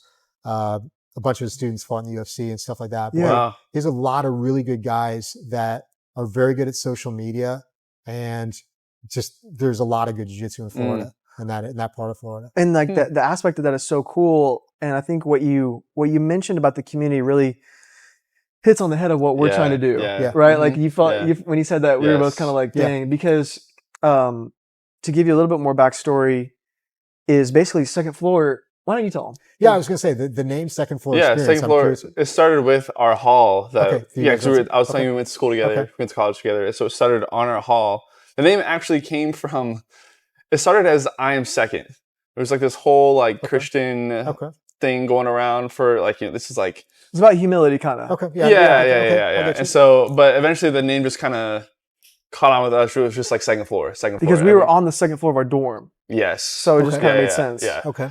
And so everything you're saying resonates so much with us because you're talking about this whole community aspect and like going the extra mile, right? And like doing things that actually that matters for people, like with your business and everything. So, but the hall, this was like we've seen this a lot within people in our generation where people are just looking for that. They're looking for that kind of community and that kind of relationship to have. A lot of people are just lacking that. Someone that like, oh wow, like this isn't just some kind of like superficial relationship where, we talk on Instagram or like, it's just very like surface level. Yes. But people are looking for that thing turn off noises going on. Yeah. But people our age especially are looking for a true authentic relationship. And Because so your whole world has been online. Surface level. Yeah, and surface then with level. COVID too, I think that's one thing that COVID really showed that people is that definitely helped. interpersonal relationships matter. Exactly. Like this idea of yes. like, oh, is anyone going to go to the office ever again? Now I'm like, come on, of course they will. Yeah, Like, right. People right. need Yeah. to be around people. That is what's happened throughout history. And to be like, oh, one pandemic and we're done. No, we've had way worse pandemics way worse. where huge portions of the population died and they just kept on. Yeah, Like, you just keep on. Yeah. It matters. Like that matters a lot. Yes. And I think And so that, with our hall, we really feel like we found that okay. community with the guys on that hall. Like everyone, you could just tell. Like we were known school wide. We were kind of infamous in a way where I would meet people for the first time. And they'd be like, oh, yeah, I'm Zach. What's your name? And then be like, what dorm do you live in? I would say second floor. They'd be like, oh, okay, like you're one of those dudes. It was like people joked that we were like a cult or whatever, but we just owned it. Like we didn't care what everyone else thought because we knew it was that brotherhood. Kind of like within sports, with anything like jiu-jitsu, whatever. That magic was captured. That magic, yes. And we didn't really, at the time, like we knew we had that magic, right? Yeah. But like this whole process me and Joseph have gone through over the past few months and starting this podcast is trying to almost like reverse engineer that magic and figure out like if you could formulate that and repeat it. Yeah. Like what is the process? Yeah. How do you do that? Like naturally, right? And so the coffee shop idea, like you so brilliantly pointed out, is not about the coffee. Yeah. It's about a reason to get together and an excuse to have a place where people can come and hang out. Yeah. Right. And maybe it's not just coffee, but maybe it has like freaking, I don't know, ice baths or something. I don't know. Other stuff that people can just come. The whole point is just to have a place where people can come get together, where they just can naturally have that magic. Yeah. We can just get out of the way. Yes. Right? Yeah. Yeah. And I think a lot of times people try to artificially make, like they'll make the mistake of, say us were to say, oh, well, we all have to like live together. So let's start a commune. Yeah. That's the wrong way to do it. That's how I become an actual cult. An actual cult. Yeah. But it's like, what if we could just make a place where culturally most people like coffee or tea or whatever your thing is, and people can just get together and imagine that, have a conversation where it's so simple, but our generation does not have a lot of chances to do that. I was telling you, when you go to the bar, the gym, maybe you go to the office, maybe, but most of the time you're remote. And you're seeing everything on social media, it's just constantly hurting our ability to have genuine, long form conversations where I feel like I know you so much better now. But you have to have that space. I have to. And I feel like the genius of what your friend did is he created the space of something he loved jiu-jitsu. And he knew that most people that either love jiu-jitsu or don't probably drink coffee too. And it created this really cool thing. And so we're just kind of, like you said, it might not be coffee. I don't know. But we're just starting, and wherever we feel like God takes it, we're going to go with that area. Whatever door we feel like he leads us to is where we're going to go. But you point out so many areas where we're like, dang, that's so true. Yes, the same principle applies. And that's, I mean, because like my wife teaches yoga at the gym she goes to, and it's a huge part of her life. Yes. And it's one of those things like, I mean, she could work out at home. I got sort of a home gym set up or whatever. But it's not that. It's the community. It's being around the people. It's the energy. And people need that. Yes. And they need that, like, and as people get more isolated, as people get more on social media, I think they need it more. Keep talking. So, I'm going to change this. Again? Yeah, again, dude. It's too hot. We can maybe like kind of start to wrap up with this, but your career, I want to just briefly mention that because you said you started with some odd jobs. Yeah. And now I feel like, become pretty successful, got some time freedom, probably got some money freedom too. But you didn't just end up there. Yeah. So, I mean, again, like I said before, like a lot of it was process of elimination. And I mean, I was a biology major in college, and I worked in a lab doing medical research towards the end of it, and then for like another year afterwards. And it was interesting. I mean, I worked on it's funny, a lot of stuff when they're talking about with COVID, like PCR and I'm like, I used to do all that stuff, like a lot of those different lab techniques and stuff like that, where you're figuring out what proteins are in certain things and stuff like that, and worked on tumor suppressing genes on mice and all that. And wow. It was interesting, but it was one of those things that I'm like, am I that interested in it? Because it's one of those things when I would say, oh, people, wow, okay, interesting. And I'd be like, but do I really think it's that interesting? Am I willing to, is this how I'm going to live my life? And I just didn't feel like it was. And then I tried a bunch of other stuff, and I ended up working in the film business for a while on different type of things and film production and all that kind of stuff. But that was very, very time consuming in terms of like, I was at the office from 7:30 in the morning till 7 at night. And then I was always expected to read scripts, or like you would go network with people, you do this, that, you get home at 10 o'clock, got to be, then you got more stuff to read. And like, it was a lot of work. And it was one of those things that the saying I heard was, it takes just as much work to make a bad movie as it does to make a good movie. And the movies I was working on were movies I would never want to go see. And then when I started working at another company, it was more my kind of stuff, more than maybe movies I would want to watch.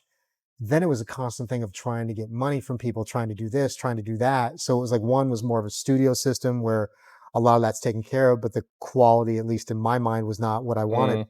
The other one was more, now it's a financial thing. And with all these things, I'm like, I don't want to live my life like that. I want to have something where I have more control. I'd always been interested in real estate. And I read Rich Dad, Poor Dad by Robert, whoever reads that. I read a lot of stuff by Kiyosaki. Actually, when I worked at Disney, one of the guys who worked in the next office over had a bunch of that stuff, and he would give me CDs back then. Yeah. And I had a long commute. It took me maybe 40 minutes to get there in the morning, but like hour and a half, hour and 45 minutes to get home sometimes. So I had a lot of time to listen to these things. And it was funny because he gave it to me and he gave it to another guy I worked with. And I started listening to these books like right away, like the same day. The other guy literally never even opened up the CD ever. It's weird. You know, it's like the thing, like so you can lead a horse to water, but you can't, you know, whatever, like that kind of thing. And so I became interested. What Kiyosaki is good at is he sells you the idea of real estate. Some of the advice he gives to me has not been my own experience, but who knows? But it's getting you into the idea of being your own boss, of being an entrepreneur, for all that sure, kind of stuff. And he's very good at selling that. And so I like that idea. And I was fortunate, again, talking about luck, in that California was expensive. Austin at the time was significantly cheaper. At the time in 2005, 2006, it was way too easy to get a loan. That became a problem later on, but it was very easy to get a loan for 0% down, 5% down, whatever. And back then you could buy a house in Austin for $100,000. I mean, like literally center of Austin, the 78723 zip code. I bought the first house I ever bought was $102,000. Just a moment of silence for that pain. It's crazy, right? I mean, the Right average there. the average That was a price of punch in the home gut. in Austin now is like $450,000, something like that. Yeah. Back then, you literally could buy stuff. So I was still working at in film production, and I ended up buying my first 3 property, about 2 duplexes and a house. And I mean, all together, probably for $300,000 total. It was just a different time. And back then, because people were starting to move to Austin, rents were relatively high. So the math of cash flow worked back then. Interest rates were low, very easy to get a loan. Decided after a while, I'm like, it'd be a lot easier if I just lived there. And I was tired of living I lived in Los Angeles for 14 years at that point, all my adult life. And I'm like, I don't want to die here. I don't want to live in LA forever. And I was born in Dallas. So it was the idea of like, okay, man, I'm coming back to Texas. I lived in Dallas when I was a kid, moved to my family moved to Delaware when I was 9. By age 11, I'm like, I need to move far away from my family as soon as possible. So when I was 18, I moved to Los Angeles. So it was like, okay, I'm going back to Texas. I'm circling back. Okay. This big circle in the country. Well, okay. So what, like, how old were you when you started investing in real estate? I was 31. Okay. 31. So I wasn't young. I mean, I was young, but I mean, I wasn't really as young. Yeah. And I've been working, doing different things. I had money saved up and I had relatively low overhead. That was always something another thing that I saw in terms of bad habits. I think that's actually the worst habit that I've seen people have is they make more money, they spend more money. And there was, before your time, there was MC Hammer. Hammer Time, Wore the Hammer Pants. First album sold 13 million copies. He ended up going bankrupt. And he said, I sold an album that sold 13 million copies. I kept spending money like every album I ever made was going to sell 13 million copies. Like people, like almost immediately, like, oh, I'm going to get a bigger house. I'm going to do this. I'm going to do that. And they do all these things that aren't going to make them any money. Versus to me, it's like, if you're making money, figure out more ways to make that money, make you more money. Yeah. Before you, like I don't even know how many houses I had owned before I owned a house that I lived in. It was probably at least 15. No. Yeah. Wow. That is I've crazy. only owned 2 houses that I've lived in. The house I live in now, I've lived in for over 10 years. And then I lived in one more in Austin when we lived here before. That's all. That's the only house ever. Because I don't think that living in a house is necessarily the best investment. Now, I like what you're talking about, doing like a tiny home and developing the land and figuring out how to build. Now you're adding value. Yeah. But this idea of like, oh, it's your best investment. I don't know about that. To me, it seems like a 30-year trap that people get themselves in. And at lot of times, at least now. Yeah. At least nowadays, right? Yeah. Maybe back then. That's one thing that I think Robert Kiyosaki really is good at pointing out, that that goes against the grain for a lot of people. And he was the first person that I ever learned the concept of a liability being something that takes money out of your pocket, and that's an what a asset house puts is. it in. 100%. It's always taking money out of your pocket. And this idea of like, and when I lived in LA, people would live like an hour away, hour and a half away from where they worked. Because like, well, I have my home here. I'm like, yeah, but you spend 4 hours a day in your car. That's insane. It's dangerous, number one. Number two, it's like third of a your huge life. part of your life. Yeah. And so God, I've that's how never I feel really now. believed that idea of like that. To me, it's like, it seems like a trap, the way most people do it. So I did that for, I was building up rental portfolio. So I had some triplexes, duplexes, houses, stuff like that. I was doing some flipping of houses, but not like the stuff you see on TV, like in terms of I was doing one at a time. And the problem that I saw a lot of house flippers do is they would do huge amounts of volume. but huge amounts of volumes is huge amounts of overhead, because Mm, if you have good contractors, you have to keep them busy. Otherwise, they're going to go for someone else. yep. They're not the most loyal bunch of people. And I married into a family of contractors, so I can say that. Yeah. And then the problem is that to find a lot of deals, you got to do a lot of marketing, and marketing gets very expensive, direct mail and things like that. Um, and if you've got to keep people busy and you're spending a lot of money in marketing, it becomes very easy to start doing deals you probably shouldn't do, Hmm. because you want to keep the machine going. I got to feed the beast. And that's what I've seen from a lot of the home flippers is, these guys, oh, I'm doing 20 deals a month or whatever. It's like, for how long? Again, it comes back to the same thing. They're doing that. They're the 2-a-day workout guy, blah, blah, blah. For how long? Because most of them don't last. They get burnt out. They do a few too many bad deals. Interest rates go up. Recessions hit. All Yeah. these different things. So what happened with me is that I was doing, I had rentals. I was doing some hard money lending. I was kind of doing different things to vary my income streams. I Okay, think that's very important. one second. Just Yeah. one caveat I want to ask. Yeah. As you were doing this, Yes. were you going the strategy of, oh, I'm going to pay this one house down and then I'm going to take money out and do it? Or were you taking out loans and then refinancing? At the time, I was taking out loans and refinancing. Okay. But again, And that made sense for that time. it did make Okay. sense for that time. Yeah, I don't know if it can make sense now, but the strategy now would be different. Yeah. Time is different. The market is very different. Yeah. So I was lucky in, I think it was October of 2008. I did my first deal where I was basically my own general contractor at that point. I'd had guys that were sort of contractors working for me, doing whatever. I had like a little crew for a while, but I was like, okay, I feel like I know enough about scheduling and all that stuff that I can be my own GC. I can pay the workers directly. I can save a lot of money doing that. And I did a job and everything went smoothly, fast, under budget. Everything was good. Sweet. And the home wasn't selling, and it wasn't selling, and it wasn't selling. And I'm like, something's going on. I don't know what's going on, but something's going on.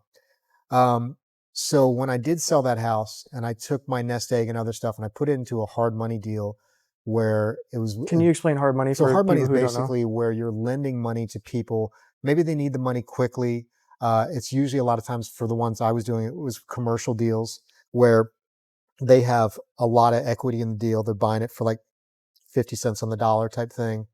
Maybe they need money to do renovations and then they're going to refinance out of it, but they'd rather have the money quickly.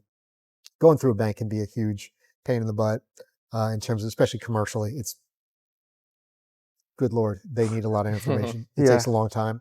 And sometimes when speed is the name of the game, a hard money deal can be done usually in a matter of a week or two, maybe even faster, versus a bank loan can take months. And even then, it may not be a no until it's too late type thing. And back then, you could do a hard money loan and you could be making 12% interest on this thing. So you could make good interest on this. Dang. But so I knew something was going on. And what it turned out was it was the recession. Okay. So I was lucky. Again, going back to luck, I just kind of realized something wasn't happening, pulled back, turned out it was the right time. Knew I wanted to do something with less risk. I'm like, okay, I don't want to be owing the bank a bunch of money and have something where I can't sell this house or do whatever. Let me look for something that's like cheaper, lower overhead. And I happened to read a book called Deals on Wheels by a guy named Lonnie Scruggs. And it was about buying mobile homes in mobile home parks, maybe fixing them up, maybe not even fixing them up, buying these things for cash, turning around and selling them with seller finance. And so I'd already done a little bit of hard money. I'm like, man, hard money is nice. It's actually a lot nicer than rents because I'm not fixing anything. I'm not whatever. I'm not worried about this. I'm just getting money every month. And this was the idea of like, you're doing this loan, but it's backed with this property and you're making money on increasing the price when you sell it. And then you're also making money on that loan. So you're kind of making money two different ways on one deal. And so I went, like, I didn't know anything about mobile homes. I was like, I'd probably been in a few as a kid, maybe, but I didn't know anything about them. So I was like, I'm just the kind of guy that I'm like, I'm just going to start doing it and figuring it out. That's one thing that I think is usually good, is my compulsion to just be like, I'll read a little bit about something, but I know that you're only going to learn so much by reading about it. You're going to learn a lot Very more by true. doing Yeah. it. So I just started driving through mobile home parks in Austin, and I would see for sale signs. I call the person up, and a lot of times they were home. So I would go in and look at the home, and I looked at a lot of site-built homes and started figuring stuff out. And I still had a really good carpenter painter guy, I had a good electrician from flipping homes. So I had good guys. And I looked at this one home, and I remember it was a woman, and it was her husband. He was kind of sick, and they wanted like $20,000 for the home, and I had no idea what. The real thing with real estate is you always have to know what you can sell something for before you buy it. That's the most important thing. 100% the most important thing. Everything else you can work with. If you don't know what you can sell something for, and it turns out you can only sell it for 75% of what you thought you could, that is you may have to stick that out as a rental. You may have to do whatever, but you can't really invest your way out of that. But if you buy something and you can sell it for twice what you bought it, there's a lot of ways to make money on it, even if you can't sell it for cash. There's a lot of ways to do it. Yeah. So with this, I had no idea. So I was like, I don't know, 20 grand is still a lot of money, like whatever. So I didn't do it. And I ended up getting a list of people in the park, and I made postcards. I sent postcards, and I get an email, and this woman said, "You've been in my house already. You met my husband. I don't remember if he died or they got divorced. There was a lot of that. Oh A lot of no. death and divorce. Yeah. Oh yeah. One of the two. Would you still be interested in buying the home?" I'm like, "Yeah, but I can't pay 20,000." She's like, "What could you pay for it?" I'm like, "Honestly, I could pay $5,000 for it." And she's like, "Could you buy it tomorrow?" And I'm No like, way. "Yes." So I did. And because I'd already been in it, I went through, looked at it again, and basically it had one bathroom. The other bathroom, they had the whole kit to make the shower and all that. He hadn't done it. Okay. And so I had my carpenter guy come in, do that. And I put up a little for sale sign. And this guy who ended up buying multiple mobile homes from me in that mobile home park calls up, and he goes, "I think I wanted, like, I put about $1,000 into it. So it's probably in for $6,000. I wanted 12." And he's like, "Would you take 10?" And I'm like, "Yeah." And this was like literally 5 days after I bought You're it. joking. So I was like, holy crap. Because now site built stuff and flipping or whatever, it's kind of fast, but it's not that fast. So then I was like, man, so I started doing that, and I started just this one creek. It's called Branch Creek. It's on DeSaw and Palmer in North Austin. I probably did 15 deals in that park. I made a lot of money in that park because because I Dang. knew that park. So now and back then the managers were super friendly, and they're like, "Oh, cool. Yeah. Do you want us to do the paperwork? We'll do the paperwork for you too." So I literally had homes where I would buy the home, be signing the paperwork at the park. I had already sold it to somebody else. And like for literally I remember I sold one, I bought it for 14 grand. I sold it for 28. They put $14,000 down as a down payment in cash. You're joking. So I'm literally You had your signing money the paperwork back. to buy it, and they're literally giving me $14,000 in cash. And they're like, "Hey, do you mind if we start cleaning up and painting inside?" I'm like, "Yeah, go ahead." And so we closed the next day. And then I got to the point where there was a couple where I bought and sold them in the same day to that one kid who bought the first one. I remember I bought this one, and I'm like, "Hey man, I just bought another home." He's like, "You looking for something?" And he was pretty handy, so he would fix them up more and rent them out or do whatever. He's like, "Yeah." He came over, and I had literally just given them the check, and they were moving all their stuff out, or I forget, like, yeah, they were already like just leaving. And he and I went to the bank, and I forget what I made on that, probably $6,000-7,000 on that, like in a That's day. crazy. So it was crazy. Now again, the thing is with all that stuff is sometimes when you make money, there's the Dunning-Kruger effect. You know what this Yes. is? You think you're better at something than you are. You think you know more than you do because you're making money in one thing. There was a lot of luck involved with this. This was a recession, so people needed cash. I had some cash.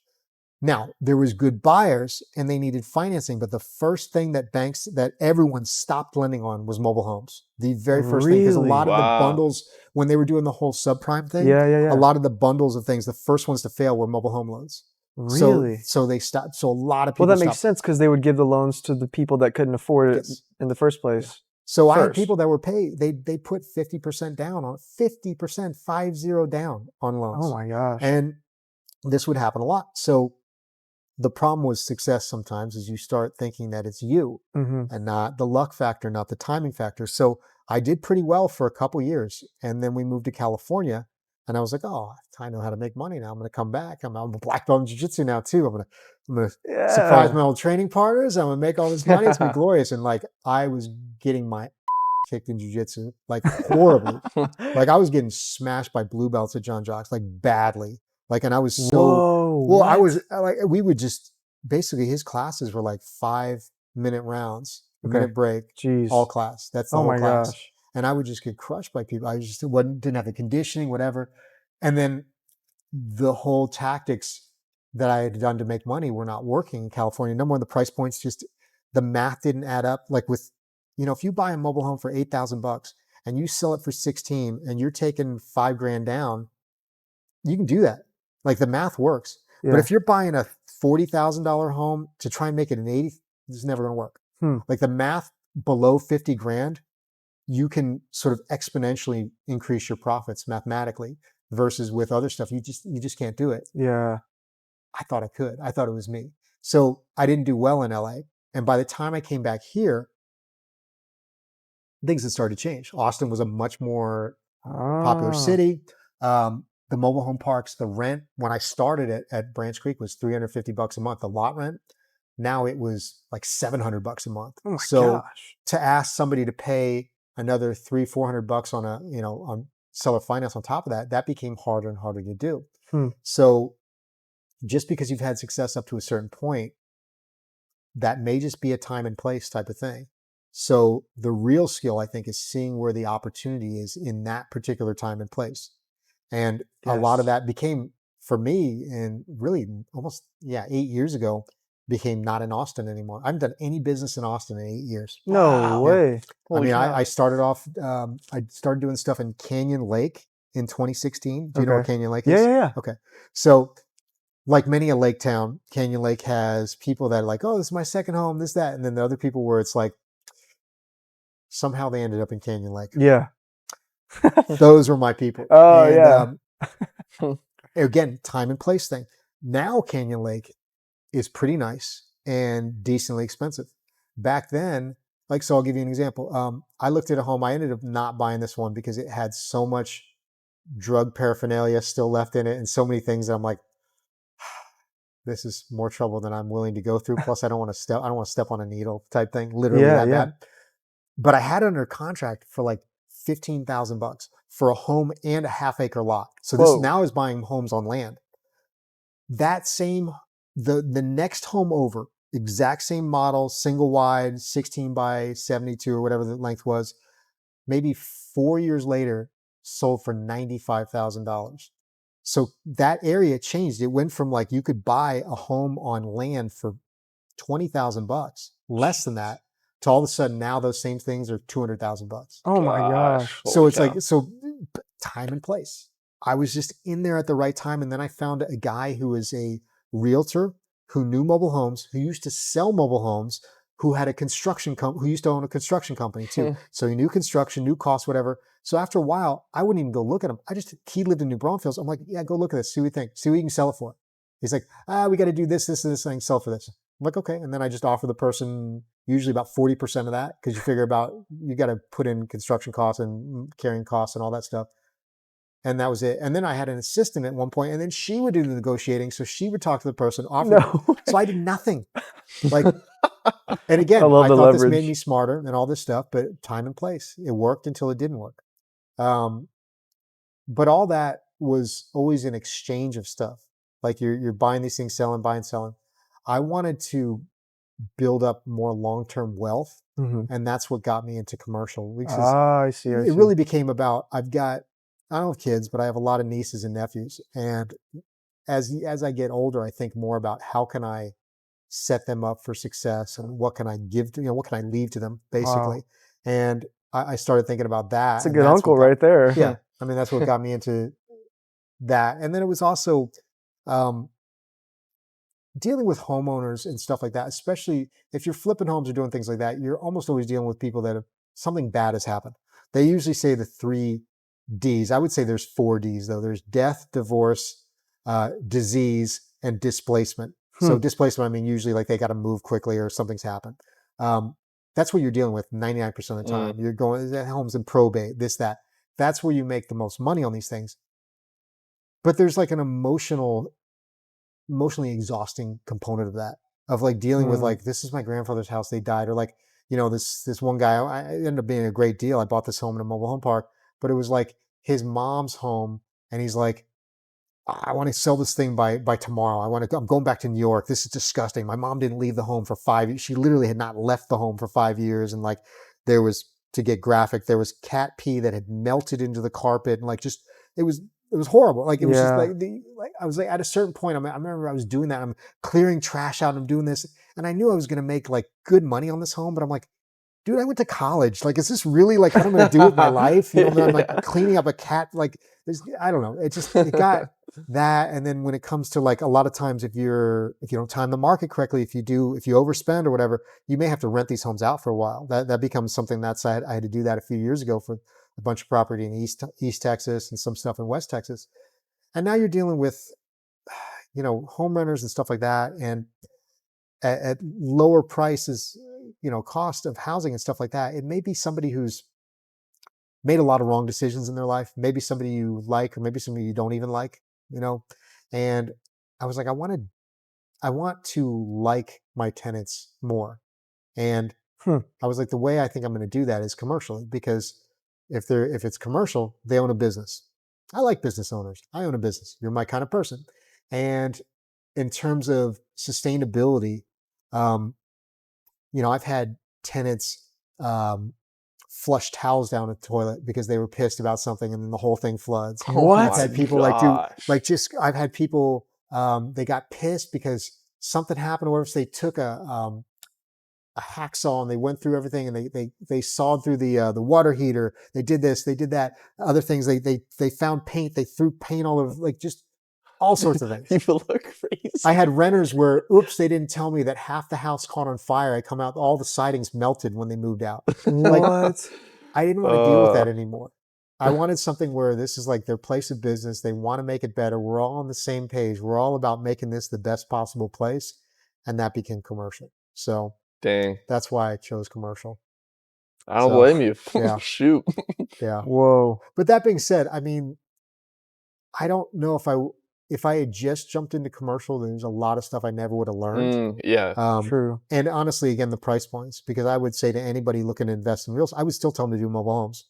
I would say you probably can't do it in Austin anymore, but I mean, my buddy Mo's made 6 figures from mobile homes. Wow. He was the only person who ever asked me about it, who listened to what I said and then went and did it. And he made a ton of money. And it's funny because people would be like, oh, well, you look a certain way or whatever. Like, dude, Mo and I could not look different. Like, if you took people who, like, Mo is small. He's from, his dad's from Pakistan, his mom's from Mexico. Okay. He would come in and meet people in a full suit, suit and tie. And he would have his printer with and he could really literally print up contracts and do all that. Mo is pristine, super fashionable, all this stuff. He's a bad mofo, but I mean, he looks all this stuff. Yeah. Like, I look totally different. Like, I have a very different style or whatever. Like, and we both made money in mobile home parks. Like, so it's totally doable. And he's proof of it. So, I mean, yes, for me, anybody who wants to do real estate, I would always say do that, because let's say you buy a mobile home for 10 grand and the whole thing goes belly up, you lost 10 grand. Let's say on some planet that does not exist in the world of Austin anymore, you put $10,000 down on $100,000 house, and everything goes well. Well, you lost your 10 grand and now you owe 90 grand. Do you got the 90 grand? Probably not, because you borrowed the 90 grand. So the problems, they always talk about leverage in real estate and the magic of leverage. Well, you do jiu-jitsu. You know leverage. When you are arm locking someone, you have leverage. It's a beautiful thing. They're squirming about. You got that thumb pointed up. At any moment, you pop those hips, you can pop that elbow. But when you were getting arm locked, leverage is much less enjoyable. In fact, the moment, oh God, forget it. So when you owe money, that's leverage. Now, if things are good and, oh, I got very little money in the deal and blah, blah, blah, and everything's great and things are going up, great. But that's not always how the market works. And when the market is going down, oh, I owe all this money and the home is worth 50 grand less than I owe in the home, which happens a lot. And now you're underwater. That's when leverage is bad. So leverage is not always good. Leverage, when you can use it to your advantage, can be good, but leverage when it's not can be bad. And you have to be prepared for both situations, because if you stick around in these games long enough, you see these cycles. You start seeing the cycle of you can do no wrong. And I see these guys that started real estate in like 2013. They're like, oh man, it's easy. Yeah. And then 2020 hits and they're like, oh God, I don't. And then, now guys in commercial, like all of a sudden, interest rates are twice what they were 2 years ago.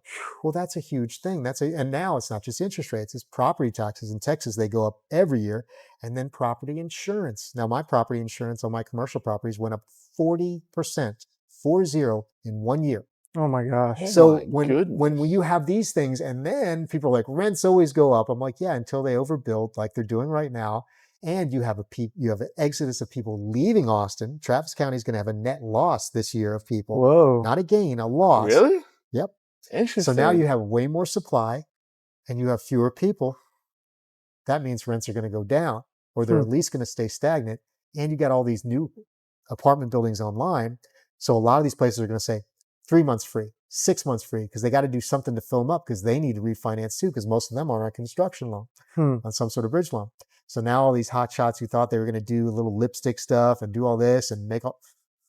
I was just in one of those deals where the Mr. Hotshot guy just had to get out, and I put in 50. I was able to get out 46, so I lost $4,000 on it. Whatever. Yeah. For me, it's not that big a deal, but for him, he's screwed, because I'll never do a deal with him again, and I'm sure however many other investors won't either, and his whole reputation is screwed, because I like the guy, but he's real cocky. And he was like, oh, this is always going to work. But I'm like, man, you've only been doing this stuff since 2014. It's been all up. Dang. There's no down. If you only have up, you don't know what to do when it's down. But if you start something when there's a recession, when you have to be tight, that's the time to start, because there's fewer people trying to do things. It's much harder to get money. So if you're doing it right and you can make it work, then it's much easier to do it when things are up. Wow. So I know we're going along, but I really want to ask you this last question. Our generation is feeling that pinch right now. Yeah, for sure. We're in a really weird spot where interest rates are up, but so are prices. Yeah. That's not cool. Yeah. And then inventory also is kind of stagnant. Yeah. Weird, right? Yeah. Like tough, but it's still kind of, it's not too hard to make money as like a job, right? Either. So you can still kind of save. Yeah. Things are just crazy expensive. Yeah. And so you kind of have this catch-22 where it's like, well, if I try to time the market, things may just keep going up for another 5-10 years. Yeah. Can I wait that long? Yeah. And you have this other side where it's like, well, I don't want to lose out on opportunity cost of if I can learn lessons now type thing. Yeah. So maybe speak on that, but also if Carter was 20, 25, what would you be doing right now? So what I would say with this, the thing is, in any market, the most important thing is buying something below market price, always. And people are always like, well, how can you do that? Those 4 Ds, death, disease, divorce, display. Somebody, no matter what the market is, it could be the best market in the world.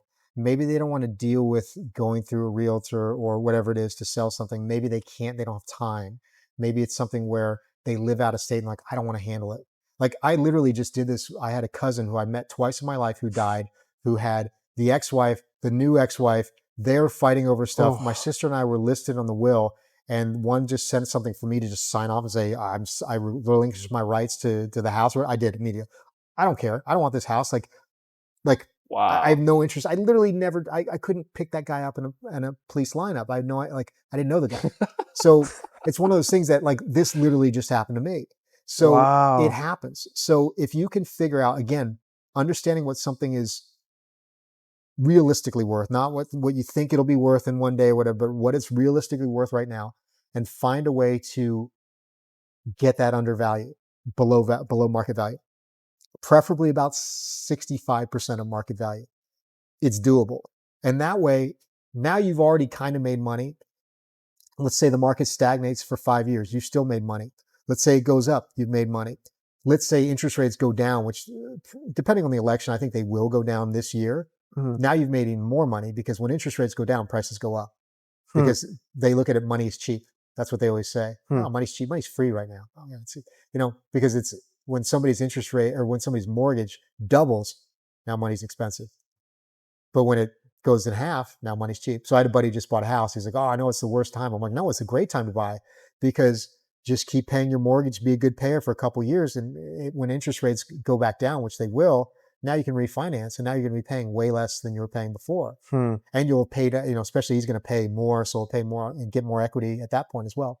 So my advice with all that is to figure out ways to find the deal because it's always the most important thing. This idea of like, well, I'm going to find something and I'm going to buy it and it's going to be worth this, this, and this in the future. Like you never know. Like I knew guys that bought homes in like those sort of tract neighborhoods and they're like, oh, this is going to be great and I can rent it out or whatever. I was like, yeah, but there's empty fields all next to it. What are they going to do? They're going to build more tract homes and more tract homes and more tract homes. And now is your 5-year-old one this as appealing to somebody as the new one when they can get a 0% loan, whatever? Like it's not going to be.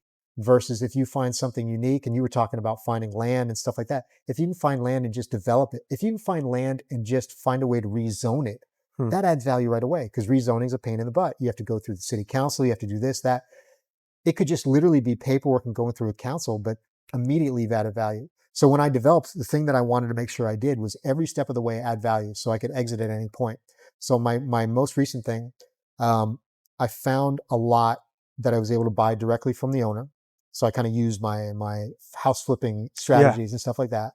Then the next lot next to that went for sale, but it was zoned differently. It was zoned retail. This one was zoned commercial. Commercial is more valuable because it's more flexible. So the retail one, I got that under contract with the understanding that I was going to try and change the zoning.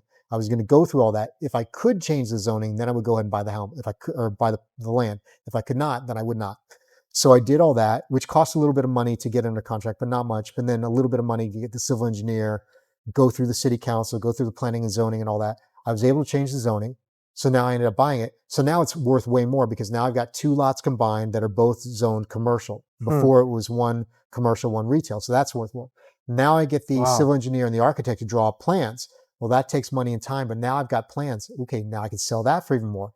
Now if I went and got permits, now it's shovel ready. Just go out there and take a shovel and start digging that thing. It's going to take you forever if you do one shovel at a time. But that's more money. So every step of the way, I was like, okay, if something happens, I got to exit. I know I can sell this for more and have into it. And as luck would have it, I mean, it was in Temple, and they started at somewhere along the way, unbeknownst to me, Facebook or Meta or whatever you want to call it says, hey, we're going to build our next data center in Temple, 1.5 miles away from where my stuff is. At the time they said 750 million. Now I've heard it's up to $1 billion project that's going to take 8 years. And so that got announced, which made all land values in that area skyrocket. So even if I had done nothing, it probably luckily would have gone up. But again, rather than relying on luck, it was buying it under market. It was increasing value the whole time. That's the way to make money, at least in real estate. And that will always hold true. It does not matter when. It could be recession. It could be the Great Depression. There's always somebody who needs to exit, maybe quickly, maybe easily, maybe they need something. Another thing too, some of these people, if you're looking at places like Taylor and stuff like that, there's a lot of these old timers that have owned this stuff for a long time. You're a charming young man. You come up to this, hello, sir, I'm interested in buying this property for my wife and I. We're starting a life. We want to do this. We want to make Taylor a place to raise our kids and do all this stuff. But I don't have a lot of money. Could we do this for this amount? I would pay you $5,000 now, and I could pay you this amount a month for the next 10 years or whatever. Would you consider doing something like that? Seller finance. Because some of these dudes, they have basically, their cost basis is zero at this point. The idea of making a little bit of money at a time, well, that saves them a lot of capital gains tax. That gives them a little bit of steady income. It's like whatever they're making in Social Security, they might be doubling that if you're agreeing to pay them money on that. So that's another way too. That's what I've always liked about real estate is that there are some rules, and obviously, I mean, like, you go to jail if you violate the wrong ones, but there's a lot of stuff where it's like a lot of it's just what you and the seller agree upon.